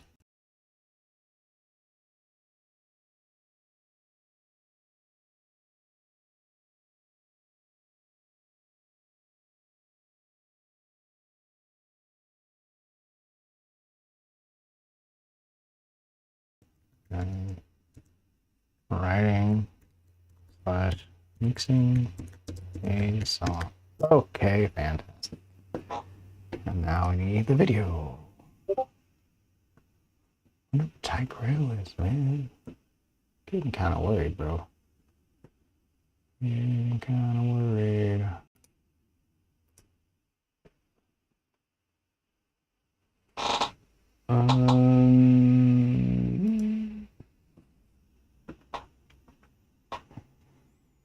Okay, so that should be done analyzing. Yes. Okay, and now, yeah. Now, how do we edit with text file? How do we edit text? How do we edit the file based on the text? I've seen it. Oh man. Edit. I think it's like a view, like a certain view, a certain point of view. Fairlight workspace. It's like another panel.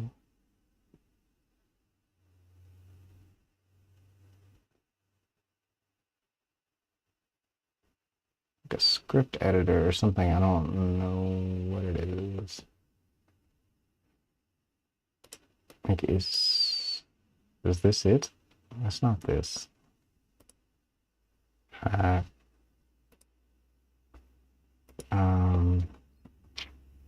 I've seen it before. Hold on. Let me save this. Dynamics. Okay, hold on. All right, we're gonna be Googling stuff. If you're here, say hi in the chat. This is just a little bit of a struggle going on, but we're gonna get there.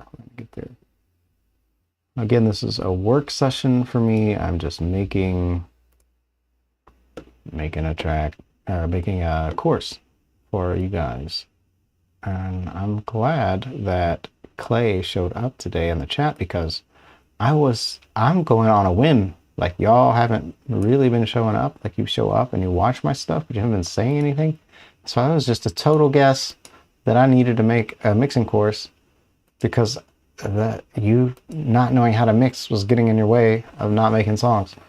And just a hunch. And it turns out I'm pretty sure I was right. So let me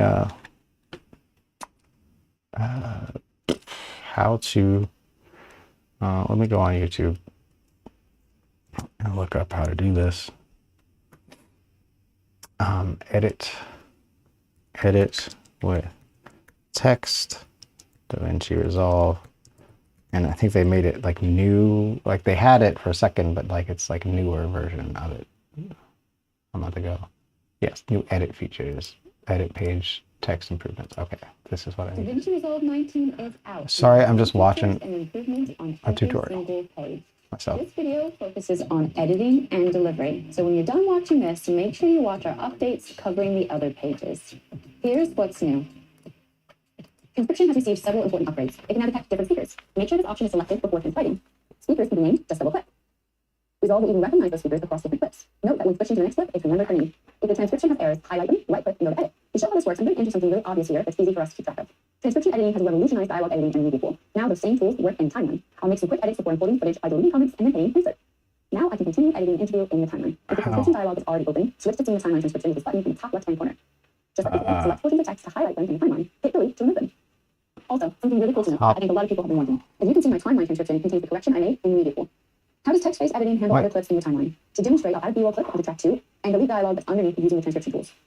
In this instance, it's taken a chunk out of the B-roll. I thought I already transcribed. Where is everything? This time, I will turn the auto track selector off for track 2, and you'll notice it's not damaged the B-roll. In summary, using text-based editing in a crowded timeline is exactly the same as normal editing in a crowded timeline. Use auto track selector to control how changes made in one track propagate through other tracks in your timeline. Many editors have previously been frustrated by the inability to generate automatic. Use auto track selector to control how changes made in one track do, and you'll notice it's not damaged the B-roll. In summary, using text-based editing in a crowded timeline is exactly the same as normal editing in a crowded timeline. Use auto track selector to control how changes made in one track propagate through other tracks in your timeline. Many editors have previously editing handle other clips in your timeline. To demonstrate, I'll add a B-roll clip onto track 2 and delete dialogue that's underneath using the transcription tools. In this instance, it's taken a chunk out of the B-roll. Let's undo that and try again. This time, I will turn the auto track selector off for track 2, and you'll notice it's not damaged the B-roll. In summary, using text-based editing in a crowded timeline is exactly the same as normal editing in a crowded timeline. Use auto track selector to control how changes made in one track propagate through other tracks. Okay. All right, what happened here? We have this already. Oh, okay. So I need to have the timeline selected when I open this. Transcribe. It's already transcribed. I need... hold on. Okay. What? Where's the little button? Here, this thing. Why is this not... Alright. Well, this is correct. Alright, so I guess I have to... Okay, so the same function that creates captions, that transcribes for the caption, is a different function for transcribing for the editing. So that's interesting. That's fine. We'll just let it do it again. Why not? Whatever. Okay. Fun. Oh, you can't see what I'm doing anyway, and that's okay. You didn't really miss anything. So there's just a little button. If you guys, this is really niche. So if you have DaVinci Resolve Studio, which is the paid version, to get the transcription options, you have to click this little. Let me show you.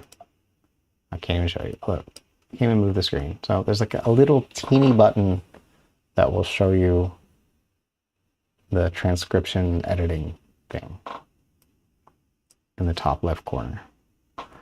So that's what all I was doing, was just looking that up. And I think this is the difference. I think this is what I want to talk about. Like, I got stuck and then I was like, how do I unstick it? How do I figure it out? And like, that's the difference, I think, between people that get songs done, make a lot of content, do things, like have businesses, whatever. Like, the difference between you and them is like, and this is new for me, but like I have a growth mindset. Like, I look up the thing that, I mean, I've been doing it, but like now I'm really doing it. Like, anytime I get stuck, I just look up what is the thing I need to do next to get to the next thing. And a lot of times, and it can lead to overwhelm because there's a lot probably you don't know. And that's what I was talking about. Like, when you're trying to become a YouTuber, it's like the amount of things that you need to know are pretty intense just to make videos. And then also, if you're not going to just talk about making videos, then you have to have another thing to talk about. Like, you have to have something. So you have to be good at something. So like, what is the thing you want to be good at? And if it's songwriting, then you're on the right channel. Like, you know, okay, I want to be good at like actually finishing my songs. Okay, that's fine. You're on the right channel. But like, if you want to be good at painting or whatever it is, like, you need to be doing that thing, then making videos around that, or you know. Well, and there's more hats. Like, okay, now how do I monetize this? And you have to like learn about online business and like funnels and all this kind of crap. And it's overwhelming, and most people just shut down. They shut down, and that's why they can't do it. It's so much. It really is.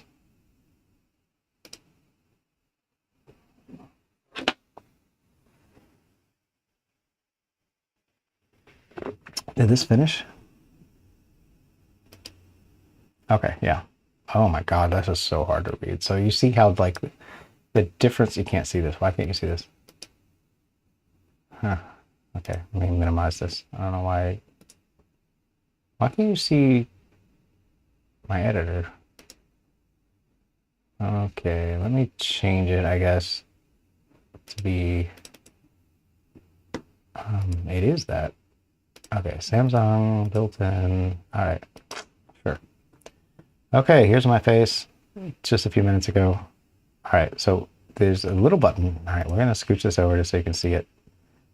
In DaVinci Resolve, if you have the studio version, it's this tiny button right here. You click that and then this screen shows up, and then you can edit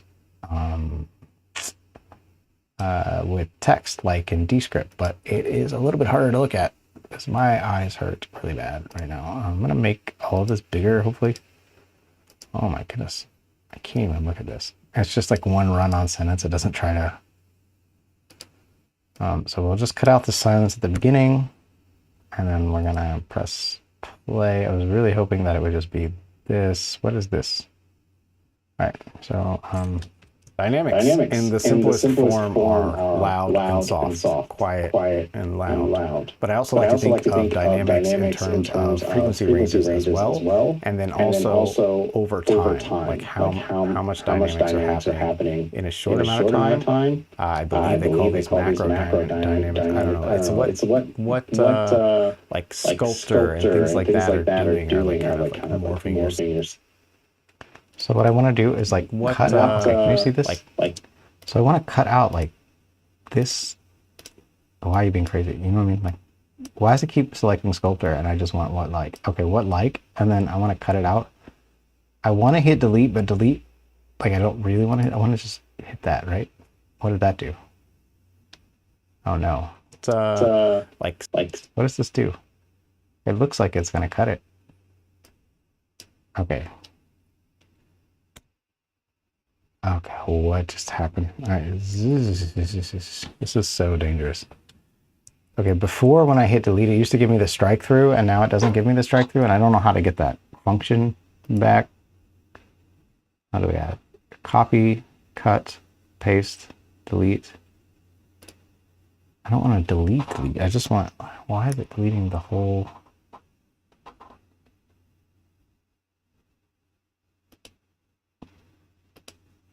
Oh, that's the whole thing. Okay. So I only want to delete what like, these two words. And I want it to be clean. And I want to keep editing.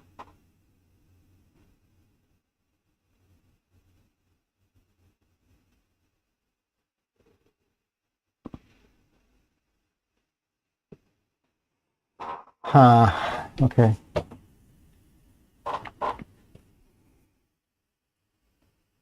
Okay, maybe she shows me in this tutorial, so I guess we'll go back to the tutorial again. Maybe she shows me how to do it where the text is still there, because I wanna have it still available. Hold on.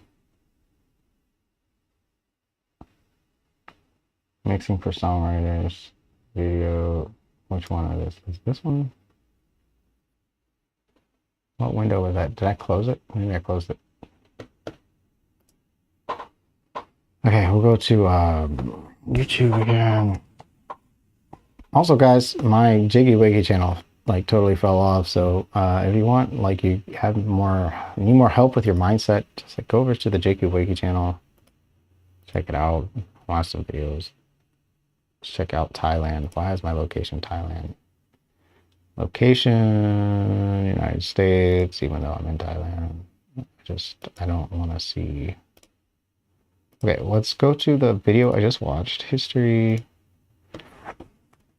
Text-based editing. DaVinci Resolve 19 is out, and there's new features and improvements on every single page. This video focuses on editing and delivery. So when you're done watching this, make sure you watch our updates covering the other pages. Okay, lady. Here's what's new. Transcription has received several important upgrades. It can now detect different speakers. Make sure this option is selected before transcribing. Speakers can be named, just double click. Resolve will even recognize those speakers across different clips. Note that when switching to the next clip, it's remembered her name. If the transcription has errors, highlight them, right-click, and go to Edit. To show how this works, I'm going to enter something really obvious here that's easy for us to keep track of. Transcription editing has revolutionized dialogue editing in Wakey. Now those same tools work in Timeline. I'll make some quick edits before importing footage by deleting comments and then hitting Insert. Now I can continue editing the interview in the timeline. If the transcription dialog is already open, switch to see the timeline transcription with this button in the top left-hand corner. Just like before, select portions of text to highlight them in the timeline, hit delete to remove them. Also, something really cool to note that I think a lot of people have been wanting. As you can see, my timeline transcription contains the correction I made in the media pool. How does text-based editing handle other clips in the timeline? To demonstrate, I'll add a B-roll clip onto track 2 and delete dialogue that's underneath using the transcription tools. In this instance... Okay, this is... what did I search for? Okay. That is Wolfgang Wee. Who is Miles Kennedy? Why are people looking for this? Why does it think I would be interested in it? Result, report, search, prediction. What a bizarre... Oh, okay. What am I searching for?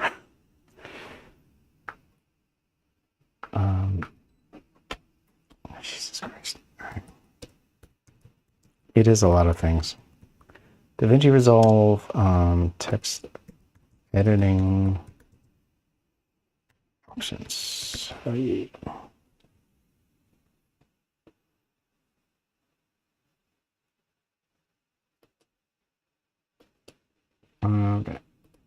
Hi there. Hi there. Now, at the moment, there's no specific warning about this in the software apart from in the release notes. So please be careful and remember to button to enable the speaker detection option. You can also choose to edit the list of speakers. And reassign parts of the transcription to different speakers. The list of speakers is valid for the current project, so long as the speaker detection option remains active. One of the features that I did find interesting though, is we now have the ability to be able to export and import transcriptions using standard subtitle files. From the options menu on the top right, you can now choose to export the transcriptions for subtitles. I'll give this an output file name and location and choose create. Let's go back to the media pool and choose another clip from the same tape that has the same time code as the original. No, it's not. Click this and choose audio transcription. Switching the transcription window to the timeline mode shows the transcribed clips on the timeline. Here, you can now instantly remove all the silent portions of the clips, or highlight a portion of the transcript to remove just that portion from the timeline. And ensuring you can now instantly remove all the silent portions. Oh, that's what that does. Highlight a portion of the transcript to remove just that portion from the timeline. And ensuring you're in true edit mode makes this operation a ripple delete. The transcription window also provides some basic functions. What is trim edit mode? Makes this one. Okay, let me make sure I'm in trim edit. Okay, sure. All right. So if I delete this, it's ripple. Why does it do this though? Like, why does it? All right, let me just play this back. It's a what? Like, why did it? What the F? That did not do a ripple delete at all. This trim edit mode? Which one's trim edit? This one. It's what? Okay, now nothing happens when I hit delete. Oh. Call these macro. Call these macro. I believe they call these macro dynamic. I don't know. It's what's. What just happened? Why didn't it keep playing? Call these macro dynamic. I don't know. It's what's sculptor and things like. What is the problem? Why can't you continue to play? I really want the Descript workflow in Resolve. I really want it. I just, why is it just so bad? I believe they call these macro dynamic. I don't know. It's what? Why did it just stop? Okay, hold on. We're gonna, I don't know what I'm doing. Hold on. Here, we'll go into this mode and then we'll hit this one and then we'll try deleting this. What is this? What mode is this? I don't even know. All right, let's just try. It's what, like, okay, we'll delete that. Yeah, this is not good. Okay, and then when I just do this, this doesn't do, right? Then it doesn't. Okay, so I have to do this and then hit delete. Oh, come on, bro. I want the strike through. I missed the strike through. Come on, just trash it. There you go. It's what? Call these macro dynamic. I don't know. It's what sculptor and things like. That's right. Correct. Well, I want to play further. Dynamic. Why did it keep? It's playing from here. I don't know. It's what? Why can't I play it in a short period. Like, I don't know. It's what sculptor and things like that are doing are like kind of like. Why does it stop? Okay, sure. Dynamics in the simplest form. Play. Stop. Okay. I don't know. All right. Doesn't matter. It's not perfect.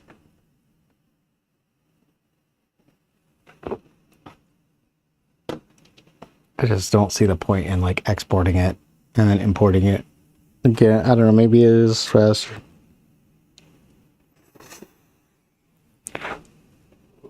Oh, goodness. Oh. I cannot get the right temperature. I'm just cold and then I'm hot. I'm cold and I'm hot. There you go. Oh, why are we so loud today? I'm going to quiet mode. Quiet.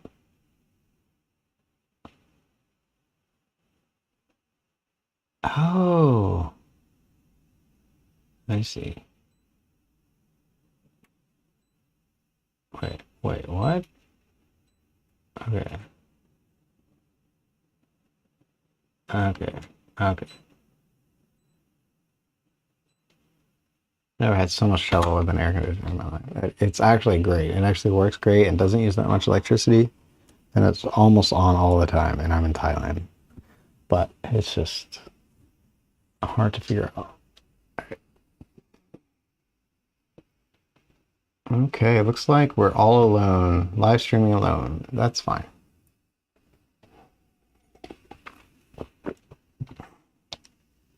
Let me see how the book is doing. I want to check on the book. It's already getting close to 1, so we should be wrapping up for the day. So what we're gonna do, what are we gonna do?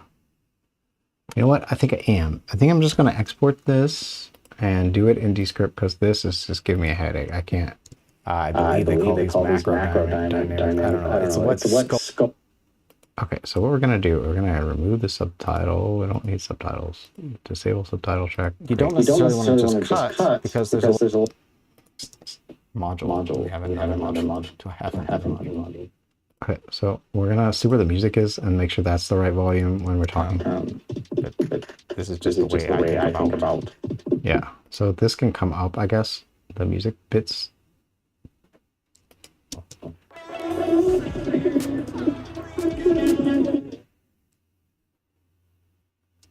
I might have to duck it the other way. Have the music duck the audio track because it bleeds through, which is kind of backwards. Well, listen to that. Okay, so let's do reverse ducking. Oh, this is fun. Okay, so remember how we did that yesterday? We did ducking, and we did it on the track. So we're gonna mute track 1 because track 1 is both things, and then track 2 is the vocals, but listen to that bleed. So we're gonna take the ducker, we're gonna turn the ducker on track 2. Hopefully we're on track 2. No, we're on audio 3. We need to be on audio 2. Audio 2. But not the clip, like every... I don't know. Alright. I wanna be on track 2. Video, audio. I wanna be on a track level. Audio 2, here we go. We're gonna do ducker. And we're going to take the source from audio 3. And so it's actually going to duck from the music, which is, I know, backwards. I'm going to do a lot.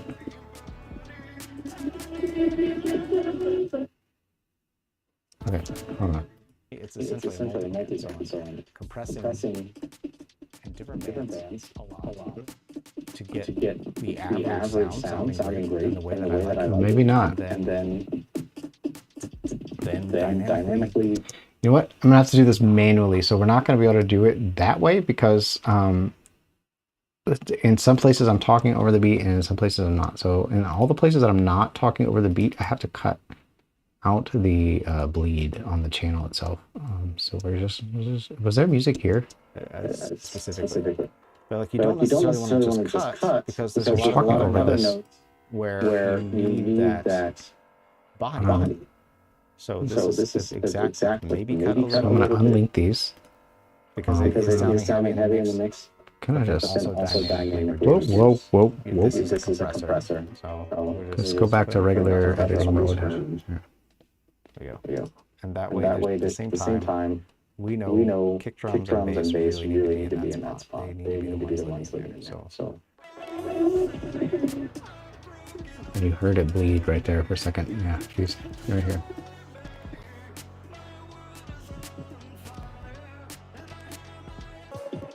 And we notice the same thing here. In the mid-range is a similar problem. Sometimes the mid-range pokes out quite a bit over this ideal. This line is basically like an ideal flat line of audible. Okay, we're just gonna go down to the next part of the song where we're talking, and so this is just bleed, pure bleed here. Actually, this frequency here can be kind of annoying. Anything like unlink, and we're just going to annoying over time. So you don't want to take it out because like you really hear a lot there. But if it's just constant or things poking out like in that range, like it can be annoying. You know, like just short. And maybe I'm not going over this in enough detail. So if you have questions about details, what's up? Okay. Thanks. It's really bothering me just listening to drums. So we're gonna actually just do like a what I call unlink the clips. I'm gonna do this. I'm gonna just.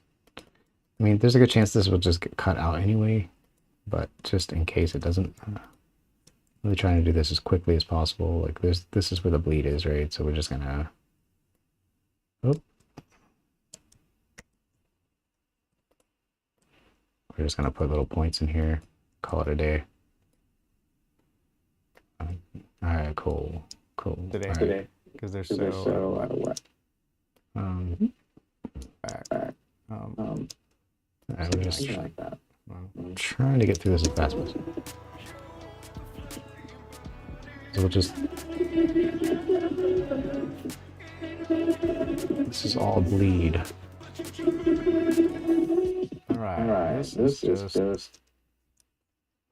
I mean, I'm not gonna say. Alright, here we're gonna do all part of the process.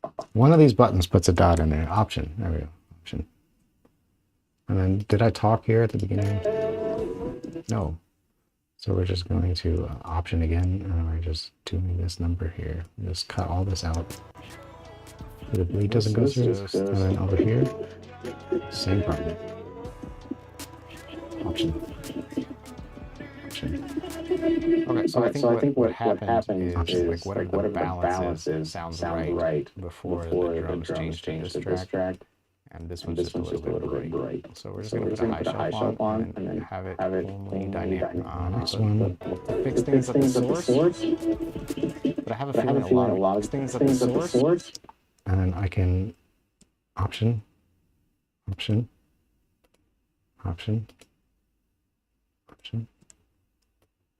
And we're just gay like just. But I have a feeling a lot of you are going to be minimizing the bleeds or another bleed problem. Oh gosh. There's something to take the egg. Alright, I'm going to do the same thing here. Option.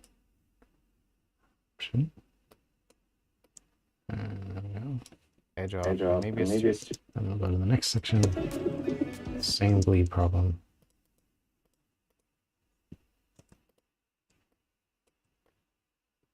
This is tedious, but hey, you see how much work goes into making a course, and then you get mad when people want to charge for a course. I don't know why that disappeared. I accidentally deleted the subtitle track, but I guess it's not important. Compression bits. Yeah, it's not level match. I get that. And you just listen to the drums. Okay, so you want to level match this, I think, kind of. Let's do that. I'm going to try to level match this a little bit. Let me get this out here.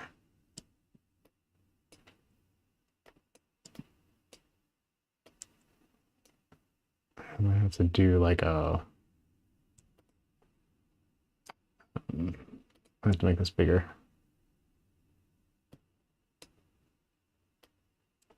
I didn't mean to make that smaller. Okay. I'm gonna try to level match what I got here to that. We're just kind of eyeballing it, like it's not gonna be perfect. This level, this is kind of important. Like this level is the level of the other part. Can you hear it? I play.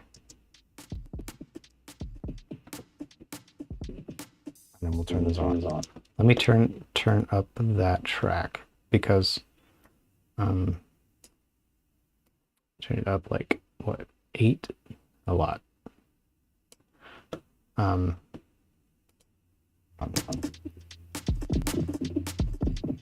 This is before muted, and then we'll turn this on.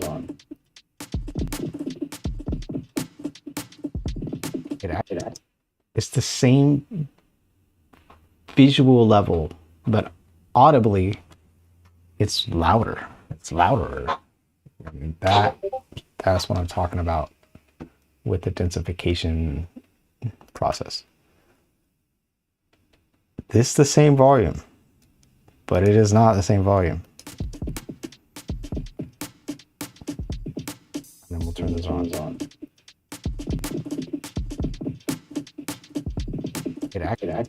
That's way louder. All right. Let me put, yeah. For drums, it's okay to actually go a little crazier than I'm going. I could probably do quite a bit more. But just shaving off that, since all of these are loops, they're already then limiting again. So the only thing I want to do is just double check. I wish I had more to explain about this. And this. We'll just go in here and get this one little section here, so there's less bleed here. In the next, what do we have for the next? We'll just get the bleed out of this track here for this little bit. It's not going to be perfect. And this is another thing too, like this is like what I'm talking about, guys. Like your stuff is not going to be perfect. Like the only person noticing most of this is going to be you. Nobody's going to be like, oh, you really should have had Jason Joshua mix your track. You know what I mean? Like nobody's. All right. That's it. I don't think there's any more music. Nope. Okay, so now it's just a balance thing. So this is where I'm talking over it. So let's make sure, and even the master. Let's make sure the vocal's clear. Wish I had more to explain about this. If you have questions about it, you can ask. If you just hopped in here, feel free to say hi in the chat. I'm editing a course for you guys. This is a mixing course. It's going to start out as free. So if you want to get on the wait list for when this comes out, mixing for songwriters, go ahead and hop into the, hit the more button under the video, and the link in the description will get you on the wait list. The wait list. All right, let's see here.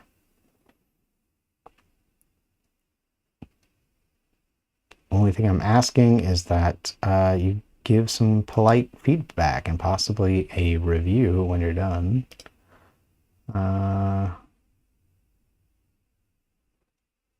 So I think that's the wrong thing. It's doing this and doing the dynamic EQ before, which is essentially because I use so many nodes on my dynamic EQ normally. Let's go back and listen to this first part with the piano. You don't have the same density, if you will. It's just the only word I know how to describe what I'm talking about. So like this note, some of these notes, that note here, when that hits, it's not doing it. Okay, I feel like just the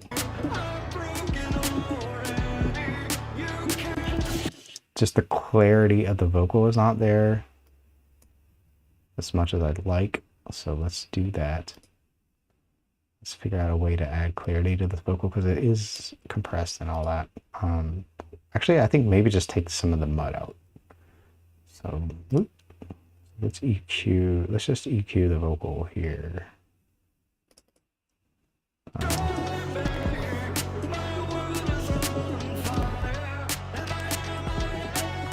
And we notice the same thing here. this is the wrong track. Sorry. Oops. Turn that off. Let's do it on the vocal track. This one. And the mid-range is a similar process. Yeah, you can see them up. Great. Sometimes the mid-range pokes out quite a bit over this ideal. This line is basically like an ideal flat line of our audible hearing. Like it's kind of what you're shooting for. So I know it's cheating and it's very visual, and I think this is probably just a good way to get a basic sound. Like it's not perfect, and like using your ears to mix is great. But when you're starting out and you're just songwriting, you're focused on something like you don't always have that hearing, or if you've just been listening to it over and over, your ears are constantly trying to adjust to make everything sound correct. So your brain is adjusting rather. So you're hearing the sound and it could be completely out of balance. Like for instance, like those drums are like a little bit crispy, right? And I need to go in and kind of fix that. But yesterday, when I was listening to the exact same drums, because I'd been listening to them so long, my ears made them sound like they were supposed to sound. My brain did. So, yeah. So we're just gonna take this little bit out here, and then we're gonna go maybe try to just tweak the drums a little bit. That should be good thing to talk about now. Okay, Actually, this frequency here can be kind of annoying. Anything like between 1K and 4K can be like annoying over time, and you don't want to take it out because like you really hear a lot there. Like but if it's just constant or things poking out like in that range, like it can be annoying, you know, like. And maybe I'm not going over this in enough detail, so if you have questions about the detail, what's up? Thanks.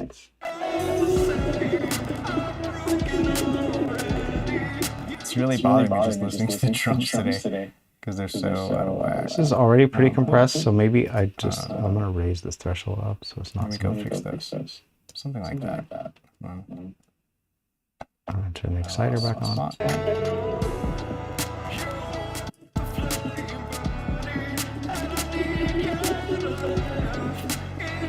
When I was listening to the exact same drums, because I've been listening to them so long, my ears made them sound like they were supposed to sound.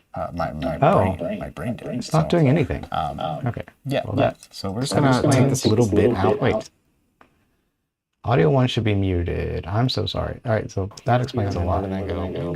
Okay, so there was the reason we were getting that weird sound is because there were 2 tracks of me talking, and there was like a slight delay between one. Try to just tweak the drums a little. There, this sounds clean. Should be a good thing to talk about for that anyway.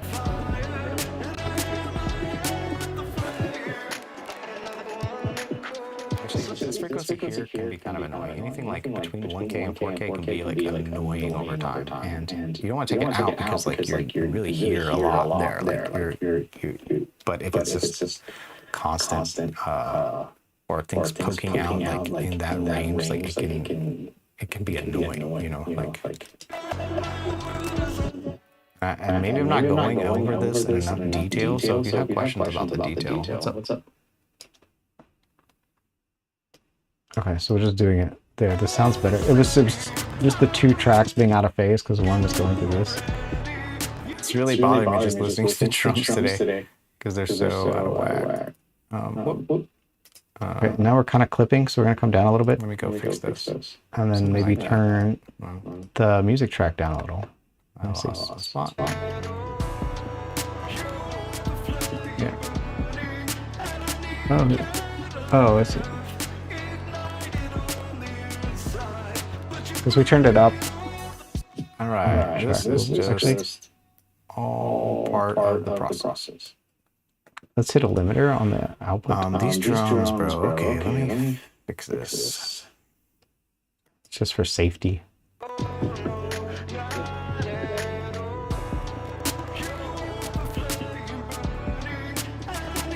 Okay, so I think what happened is, like, whatever the balance is sounds right before the drums change to this track, and this one's just a little bit bright. So we're just going to put a high shelf on and then have it only dynamically come in when this drum part comes in. And I know I could just go back and lower the volume of this part or EQ this particular track. But why not just do a little top-down mixing? It's not my favorite thing to do, and I really do prefer to fix things at the source. But I have a feeling a lot of you are going to be working with loops or with beats that are pretty made, and like you're not going to have as much. You're not going to have as much. All right, cool. All right, now this is very silly, but we're going to export this video and then we'll open it in Descript. So this is what is this module? This is Dynamics A, I guess. I don't know. Browse. And we'll go into movies. Save. Add to render queue. Render. Okay, if you're here, feel free to say hi. I know somebody hopped in for a second. It'll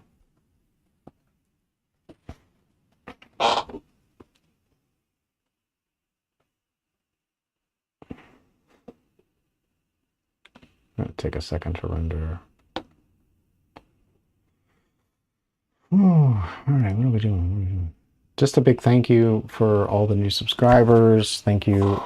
EQ video coming soon. I repurposed the one that I recorded before to be in this course. And so I'll try to I will make another one for YouTube that's like, you know, YouTube length and catchiness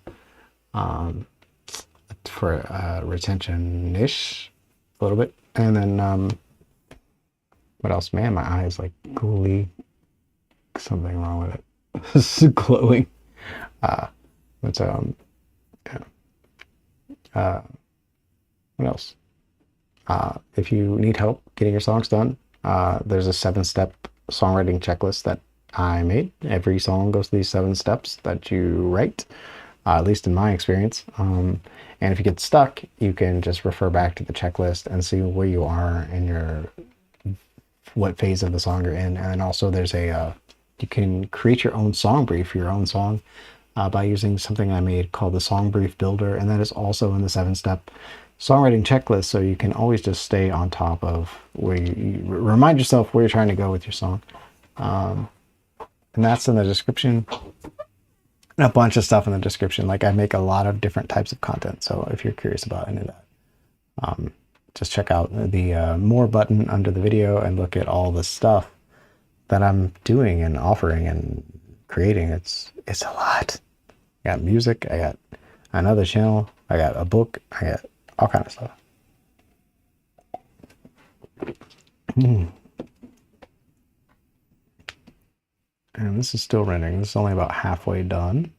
Man, kind of getting worried about Ty Grill. If you guys watch any of my other streams, he's in like every stream. No, a little worried, bro.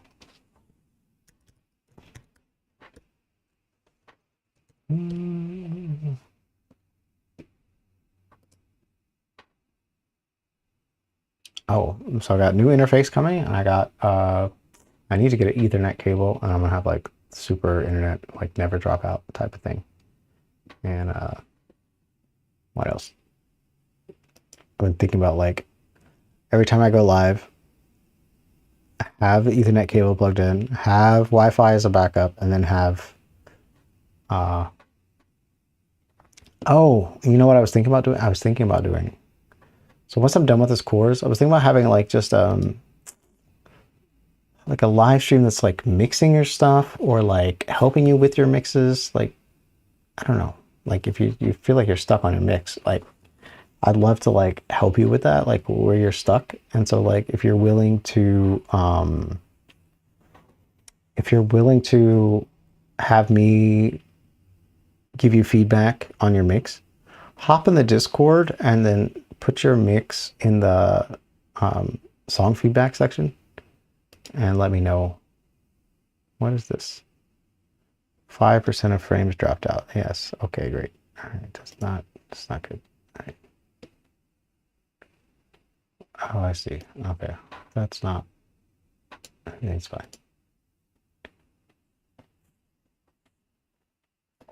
Yeah, because I'd like to do like a live stream where I just like do mixed feedback and like figure out like where you guys are stuck so that I can put that in the course also.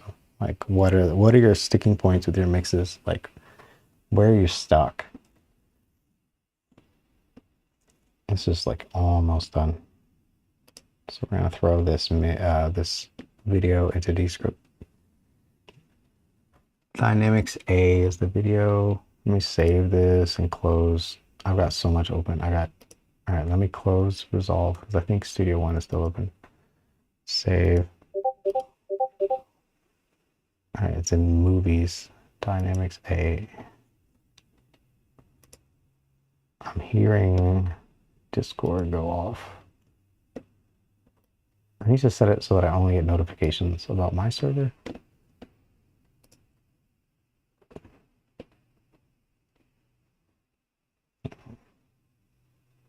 Or direct messages.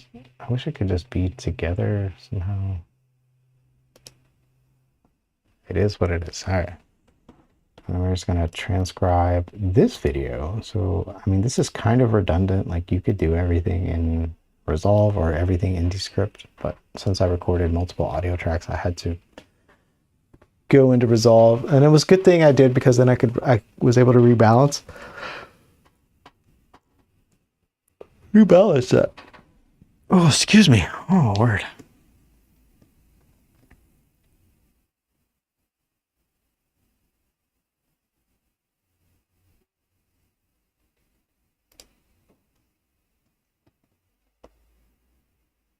What is this? All right. Why does it want to put? Yeah. All right.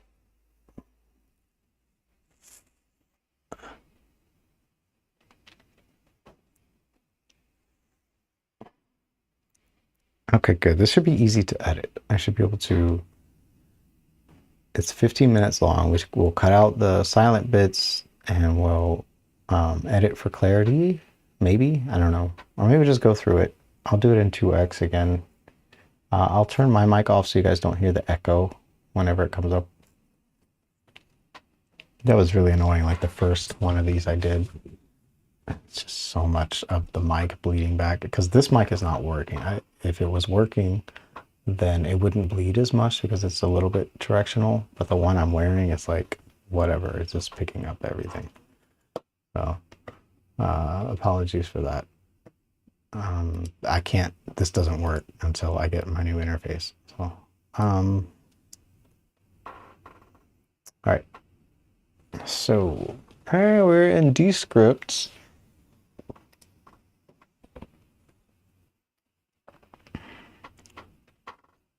All right, let's see what we need to do. Make this look nice on the screen for you guys. Okay, and maybe I should close Studio One. Looks like the computer is struggling quite a bit. All right, let's save this, close Studio One.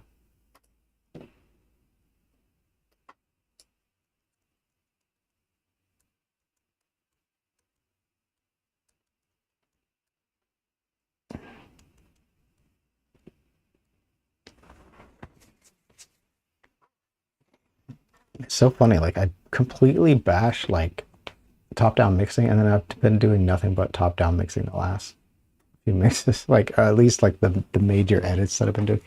But at the same time, like I'm mixing things at the source immediately, like as soon as I load them up, like I'm mixing, quote unquote, like I'm throwing EQ on there and dynamics, like there's no question about it.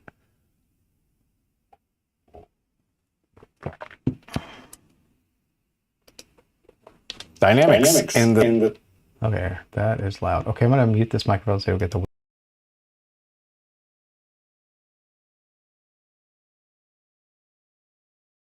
dynamics in the simplest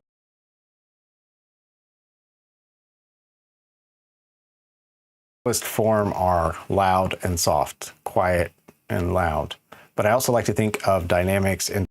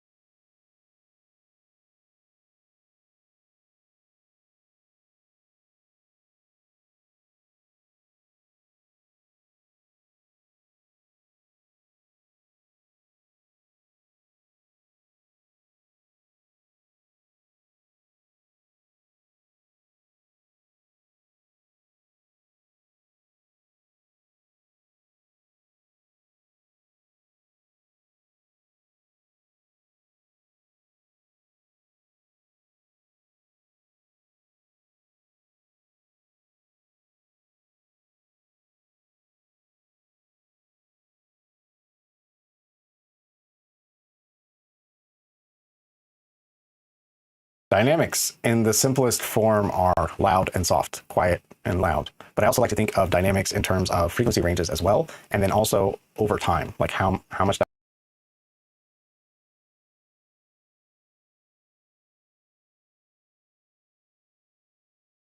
over time, like how much dynamics are happening.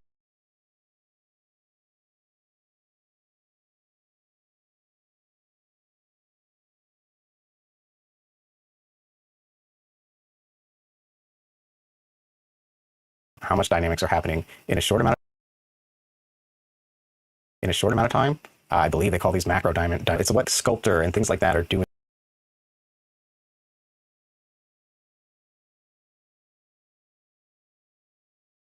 Macro dynamic. It's what Sculptor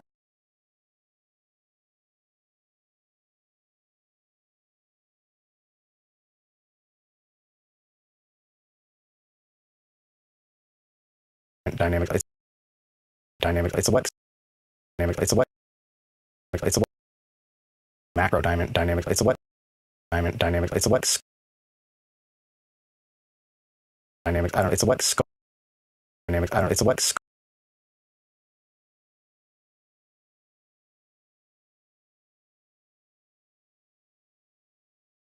dynamic. It's what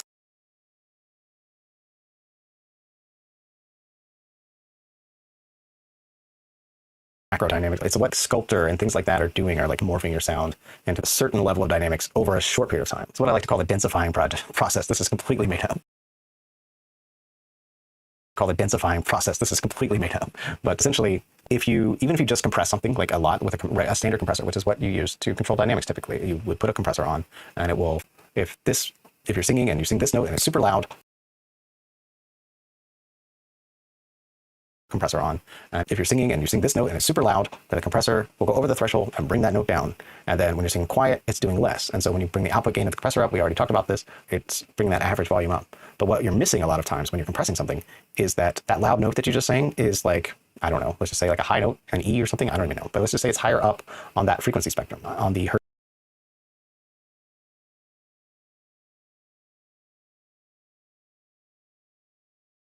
Just say like a high note, let's just say it's higher up on that frequency spectrum, on the hertz scale or cycles per second. It's higher up on that. You're clamping that one down maybe, but you're not clamping down the lower notes that you're singing.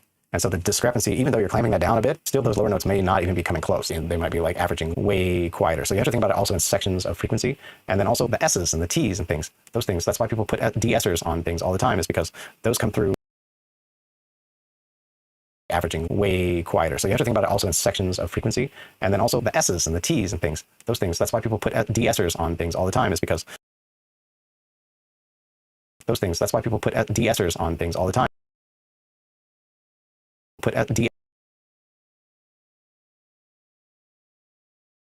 We'll put de-essers on things all the time, is because those come through faster, they come through a compressor faster, and they also tend to be louder. Depending on the microphone, they can be louder. And so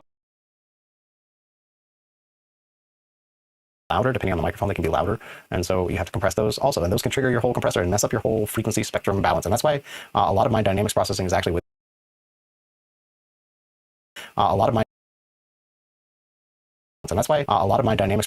within an EQ, a dynamic EQ. And that's why you have seen some of this process already so far in the EQ tutorial. So now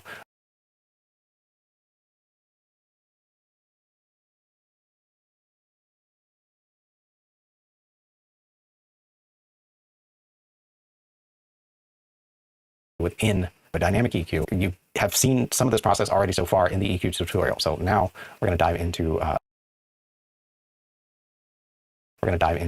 little bit more of EQing this piano part, and thinking about it in terms of dynamics and what we can do to like make sure the body is always there, but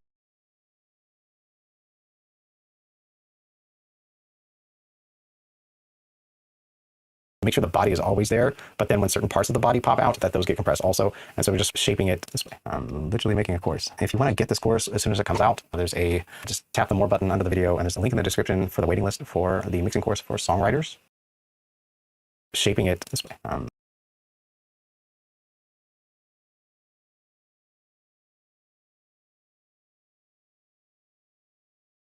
Shaping it this way. I'm literally making a course. If you want to get this course as soon as it comes out, just tap the more button under the video, and there's a link in the description for the waiting list for the mixing course for Songwriters.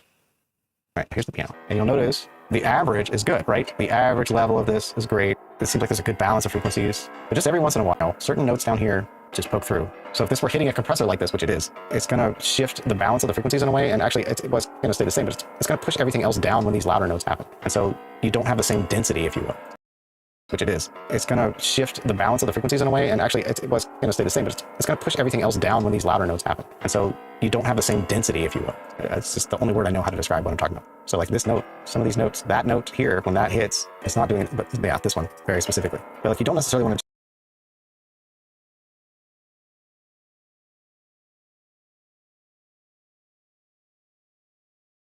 So like this note, some of these notes, that note here, this one very specifically. But like you don't necessarily want to just cut because there's a lot of other notes where you need that body. So this is an exact, like maybe cut a little bit because it is sounding heavy in the mix.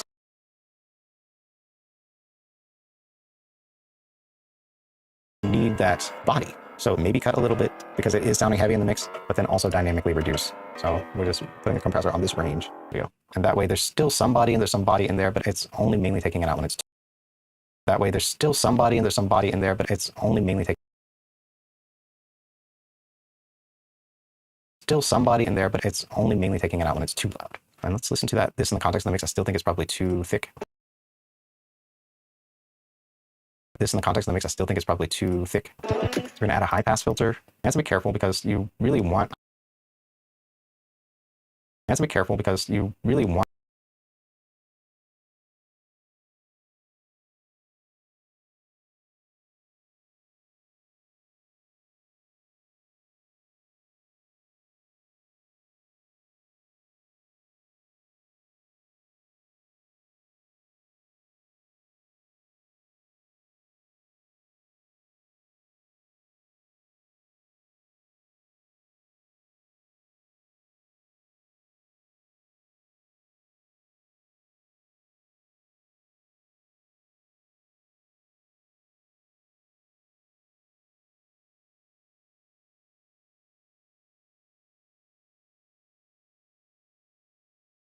In the mix, but then also dynamically reduce. So we're just putting the compressor on this range. There we go. And that way there's still some body in there, but it's only mainly taking it out when it's too loud. And let's listen to this in the context of the mix. I still think it's probably too thick. So we're going to add a high pass filter. You have to be careful because you really want, I do want the low end of this piano to hit. So you have to be careful because you really want, I do want the low end of this piano to hit so you feel it. But at the same time, we know kick, drums, and bass really need to be in that spot. They need to be the ones living in there. You notice the same thing?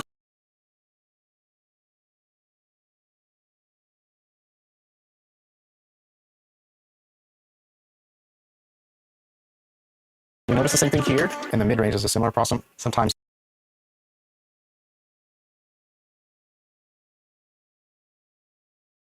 and we notice the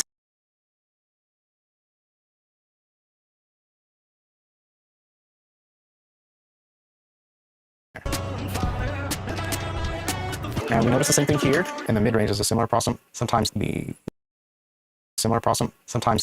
mid-range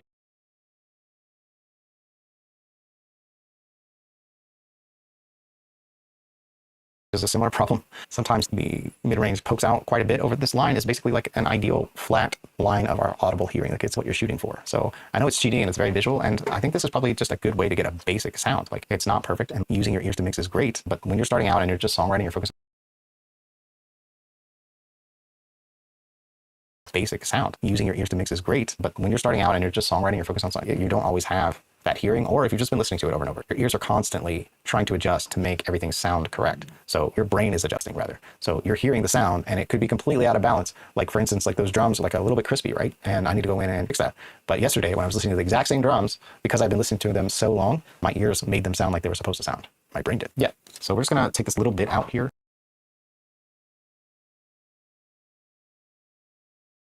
My brain did. Yeah. So we're just gonna take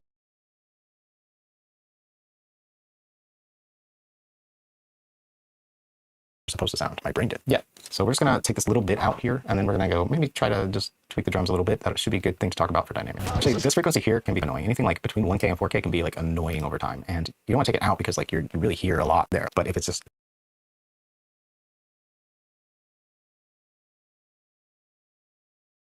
frequency here can be annoying. Anything like between 1K and 4K can be like annoying over time. And you don't want to take it out because like you really hear a lot there. But if it's just constant or things poking out like in that range, like it can be annoying. And maybe I'm not going over this in enough detail. So if you have questions about the detail, what's up?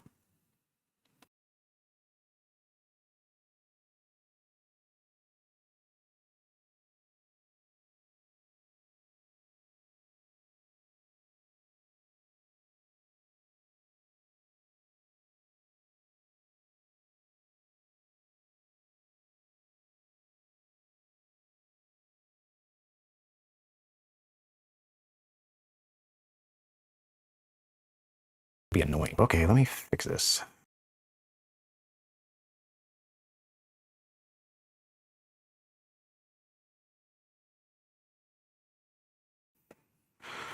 These drums, bro. Okay, let me fix this. Okay, so I think what happened is whatever the okay, let me fix this.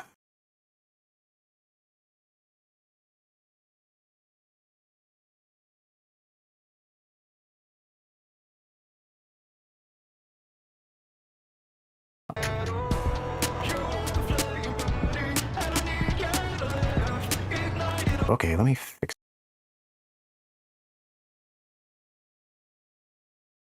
Okay, let me fix.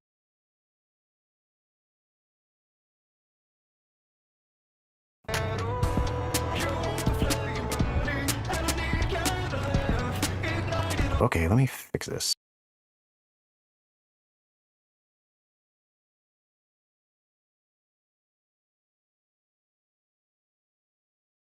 Okay, so I think what happened is whatever the balance is sounds right before the drums change to this track, and this one's just a little bit bright. So we're just gonna put a high shelf on and then have it only dynamically come in when this drum part comes in. And I know I could just go back and lower the volume of this part.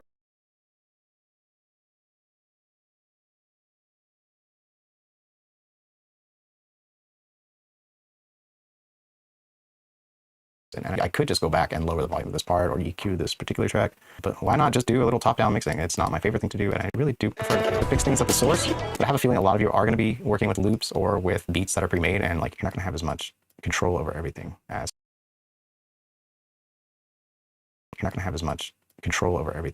somebody that makes everything from scratch. So doing something like this, just something to take the edge off, and maybe it's too much. It's entirely possible, but it does sound better to my ears for now.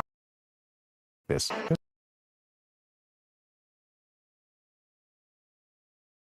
This.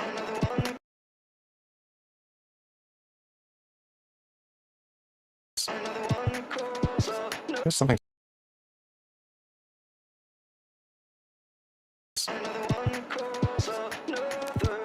Just something to take the edge.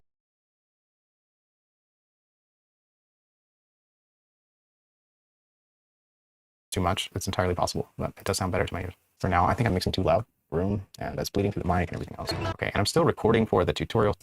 So these drums are running through a compressor. Well, they're running through this. Speaking of the densifying process, this is sort of it for me. I've just come to this and I haven't been able to get away from it. I keep trying to use separate. Speaking of the densifying process, this is sort of it for me. I've just come to this and then I haven't been able to get away from it. I keep trying to use separate compressors and use separate clippers and separate limiters, but as far as like those macro dynamics of just controlling them and getting things dense, like the difference between the loud and soft, but not making it sound compressed, you do it by doing little bits at a time with different tools. And this has all the tools built in. This has a compressor, this has a high frequency limiter, this has a clipper, a multi-brand limiter, and then another limiter on the output. Doing all of these things just a little bit makes every sound or buzz that I put this on just that much more rich and dense and not fluctuating so much in dynamics. I'm not saying you don't want to have a dynamic mix. I'm just saying you want to have a controlled dynamic mix. This helps you do that. Let me just turn it off actually, and then you'll see the difference in the drums. These are the drums. It's not level matched, I get that. And you just listen to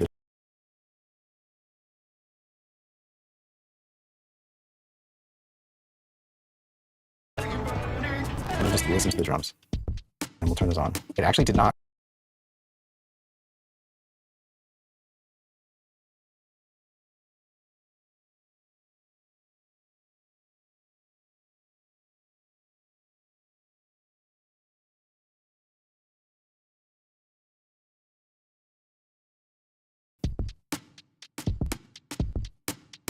And we'll turn this on. It actually did not come up in volume that much.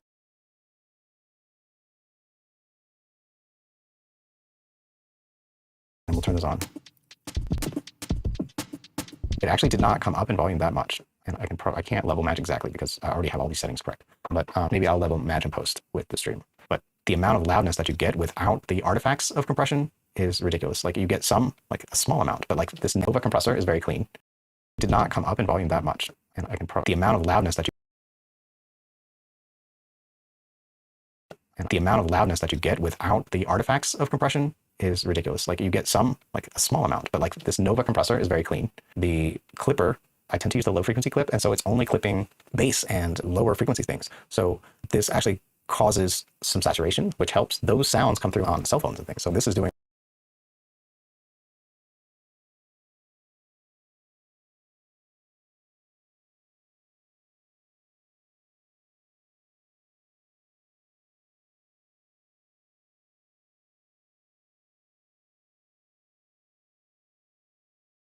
saturation, which helps those sounds come through on cell phones.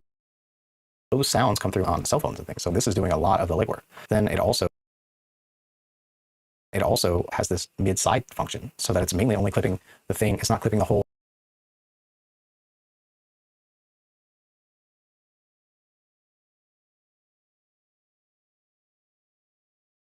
side function. So it's not clipping the whole track when the bass hits. It's clipping the middle section. And so the mid section. And so you just get this extra richness and denseness that you wouldn't get otherwise. And then doing the same thing here on the peak limiter, this multi-band limiter. I use it probably harder than I should. For drums, it's okay to actually go a little crazier than I'm going. I could probably do quite a bit more.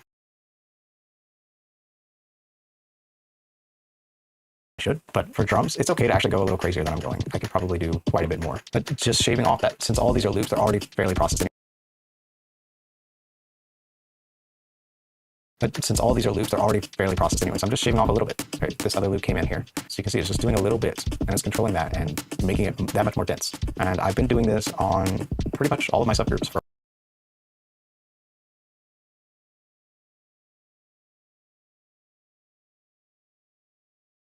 questions about it, you can ask, but this is just the way I pretty much all of my subgroups for a while now. If you have questions about it, you can ask, but this is just the way I think about densifying. It's the only word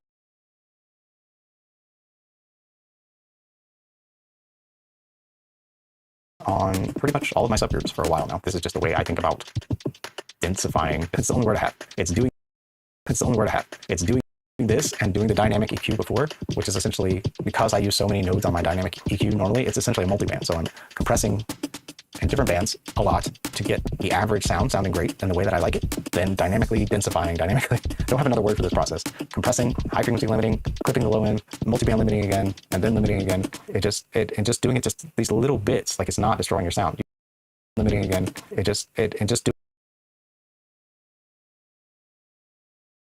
limiting again, and just doing it just these little bits, like it's not destroying your sound.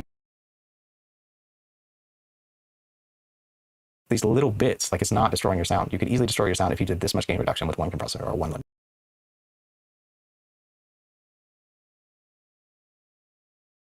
Just these little bits, like you could easily destroy your sound if you did this much gain reduction with one compressor or one limiter. Like it would sound weird, it would sound bad, like a radio or something like it. And this doesn't sound like that. This is not that. And that's all I got for this bit. Mixing for songwriters. Where's the chorus? Okay. It's everything on this page. Okay, we'll sign in. Should be signed in. Okay, courses, mixing for songwriters, working in the DAW. So I think, here we go. Subgroups, I already came up with this. Auxes. All right, so we came out with an out. Apparently I did outline this course, so that's good. Subgroups and auxes, effects and reverb, vocals, mix post processing, and before you publish. Okay, yeah, that's that. All right. So in the next tutorial will be for subgroups and auxes.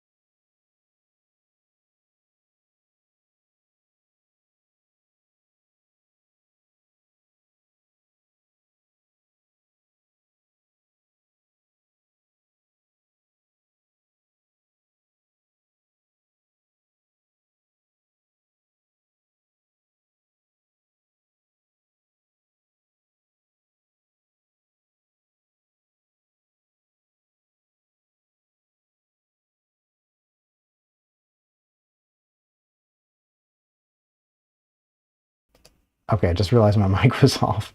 I wasn't talking too much, but I was mostly editing, so hopefully you caught on to that. And if you made it this far, wow, thank you. I really appreciate the people that have been watching some of these longer live streams. Like, that's a big deal for me. It really helps me get my watch time up, just as a like completely selfish thing. And then also, like, it's cool, like, if any of this helps you. Like, I know this is like meta stuff. Like, I'm making a course to help you mix your song. So like, this is meta stuff. But the course is going to be free. Make sure you go down into the description and go ahead and sign up for the wait list. It'll be free for now. I don't know if I'm going to keep it free, but for sure when it comes out, it will be free so that I can get some feedback. I want to make sure this is actually helpful to you guys. And then what else? Yeah, if you're stuck, like some people that were in the chat today, if you're stuck and you can't like get started with your music, like you can't even like start your songs, you don't have any songs out, like you're just mindset like in your head about stuff, can't even get started, check out the other channel. It's really all mindset stuff. It's YouTube. The link is in the description. I'm Jakey Wakey, right? My artist name is Jakey Wakey. You can find me on Spotify, Jakey Wakey. And the other YouTube channel is Jakey Wakey. And there's a book, Jakey Wakey, called Something Is Not Wrong With You. And it does help you get unstuck. Like, the whole point of the book is to help you get unstuck. It's all the stuff that I did in the last 6 months to get unstuck. I wrote the book. I did an album's worth of music. I made a bunch of videos, and I started working out a little bit. And all that is from the stuff that I did in the book. It's available on Kindle now. It's available on Kindle, and it's also a link in the description of the other videos on the other channel.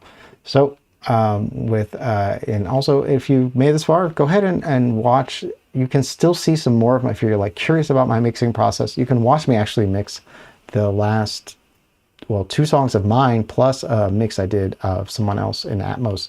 So those playlists are on the channel, so you can watch me mix entire songs from scratch. So that's gonna be that.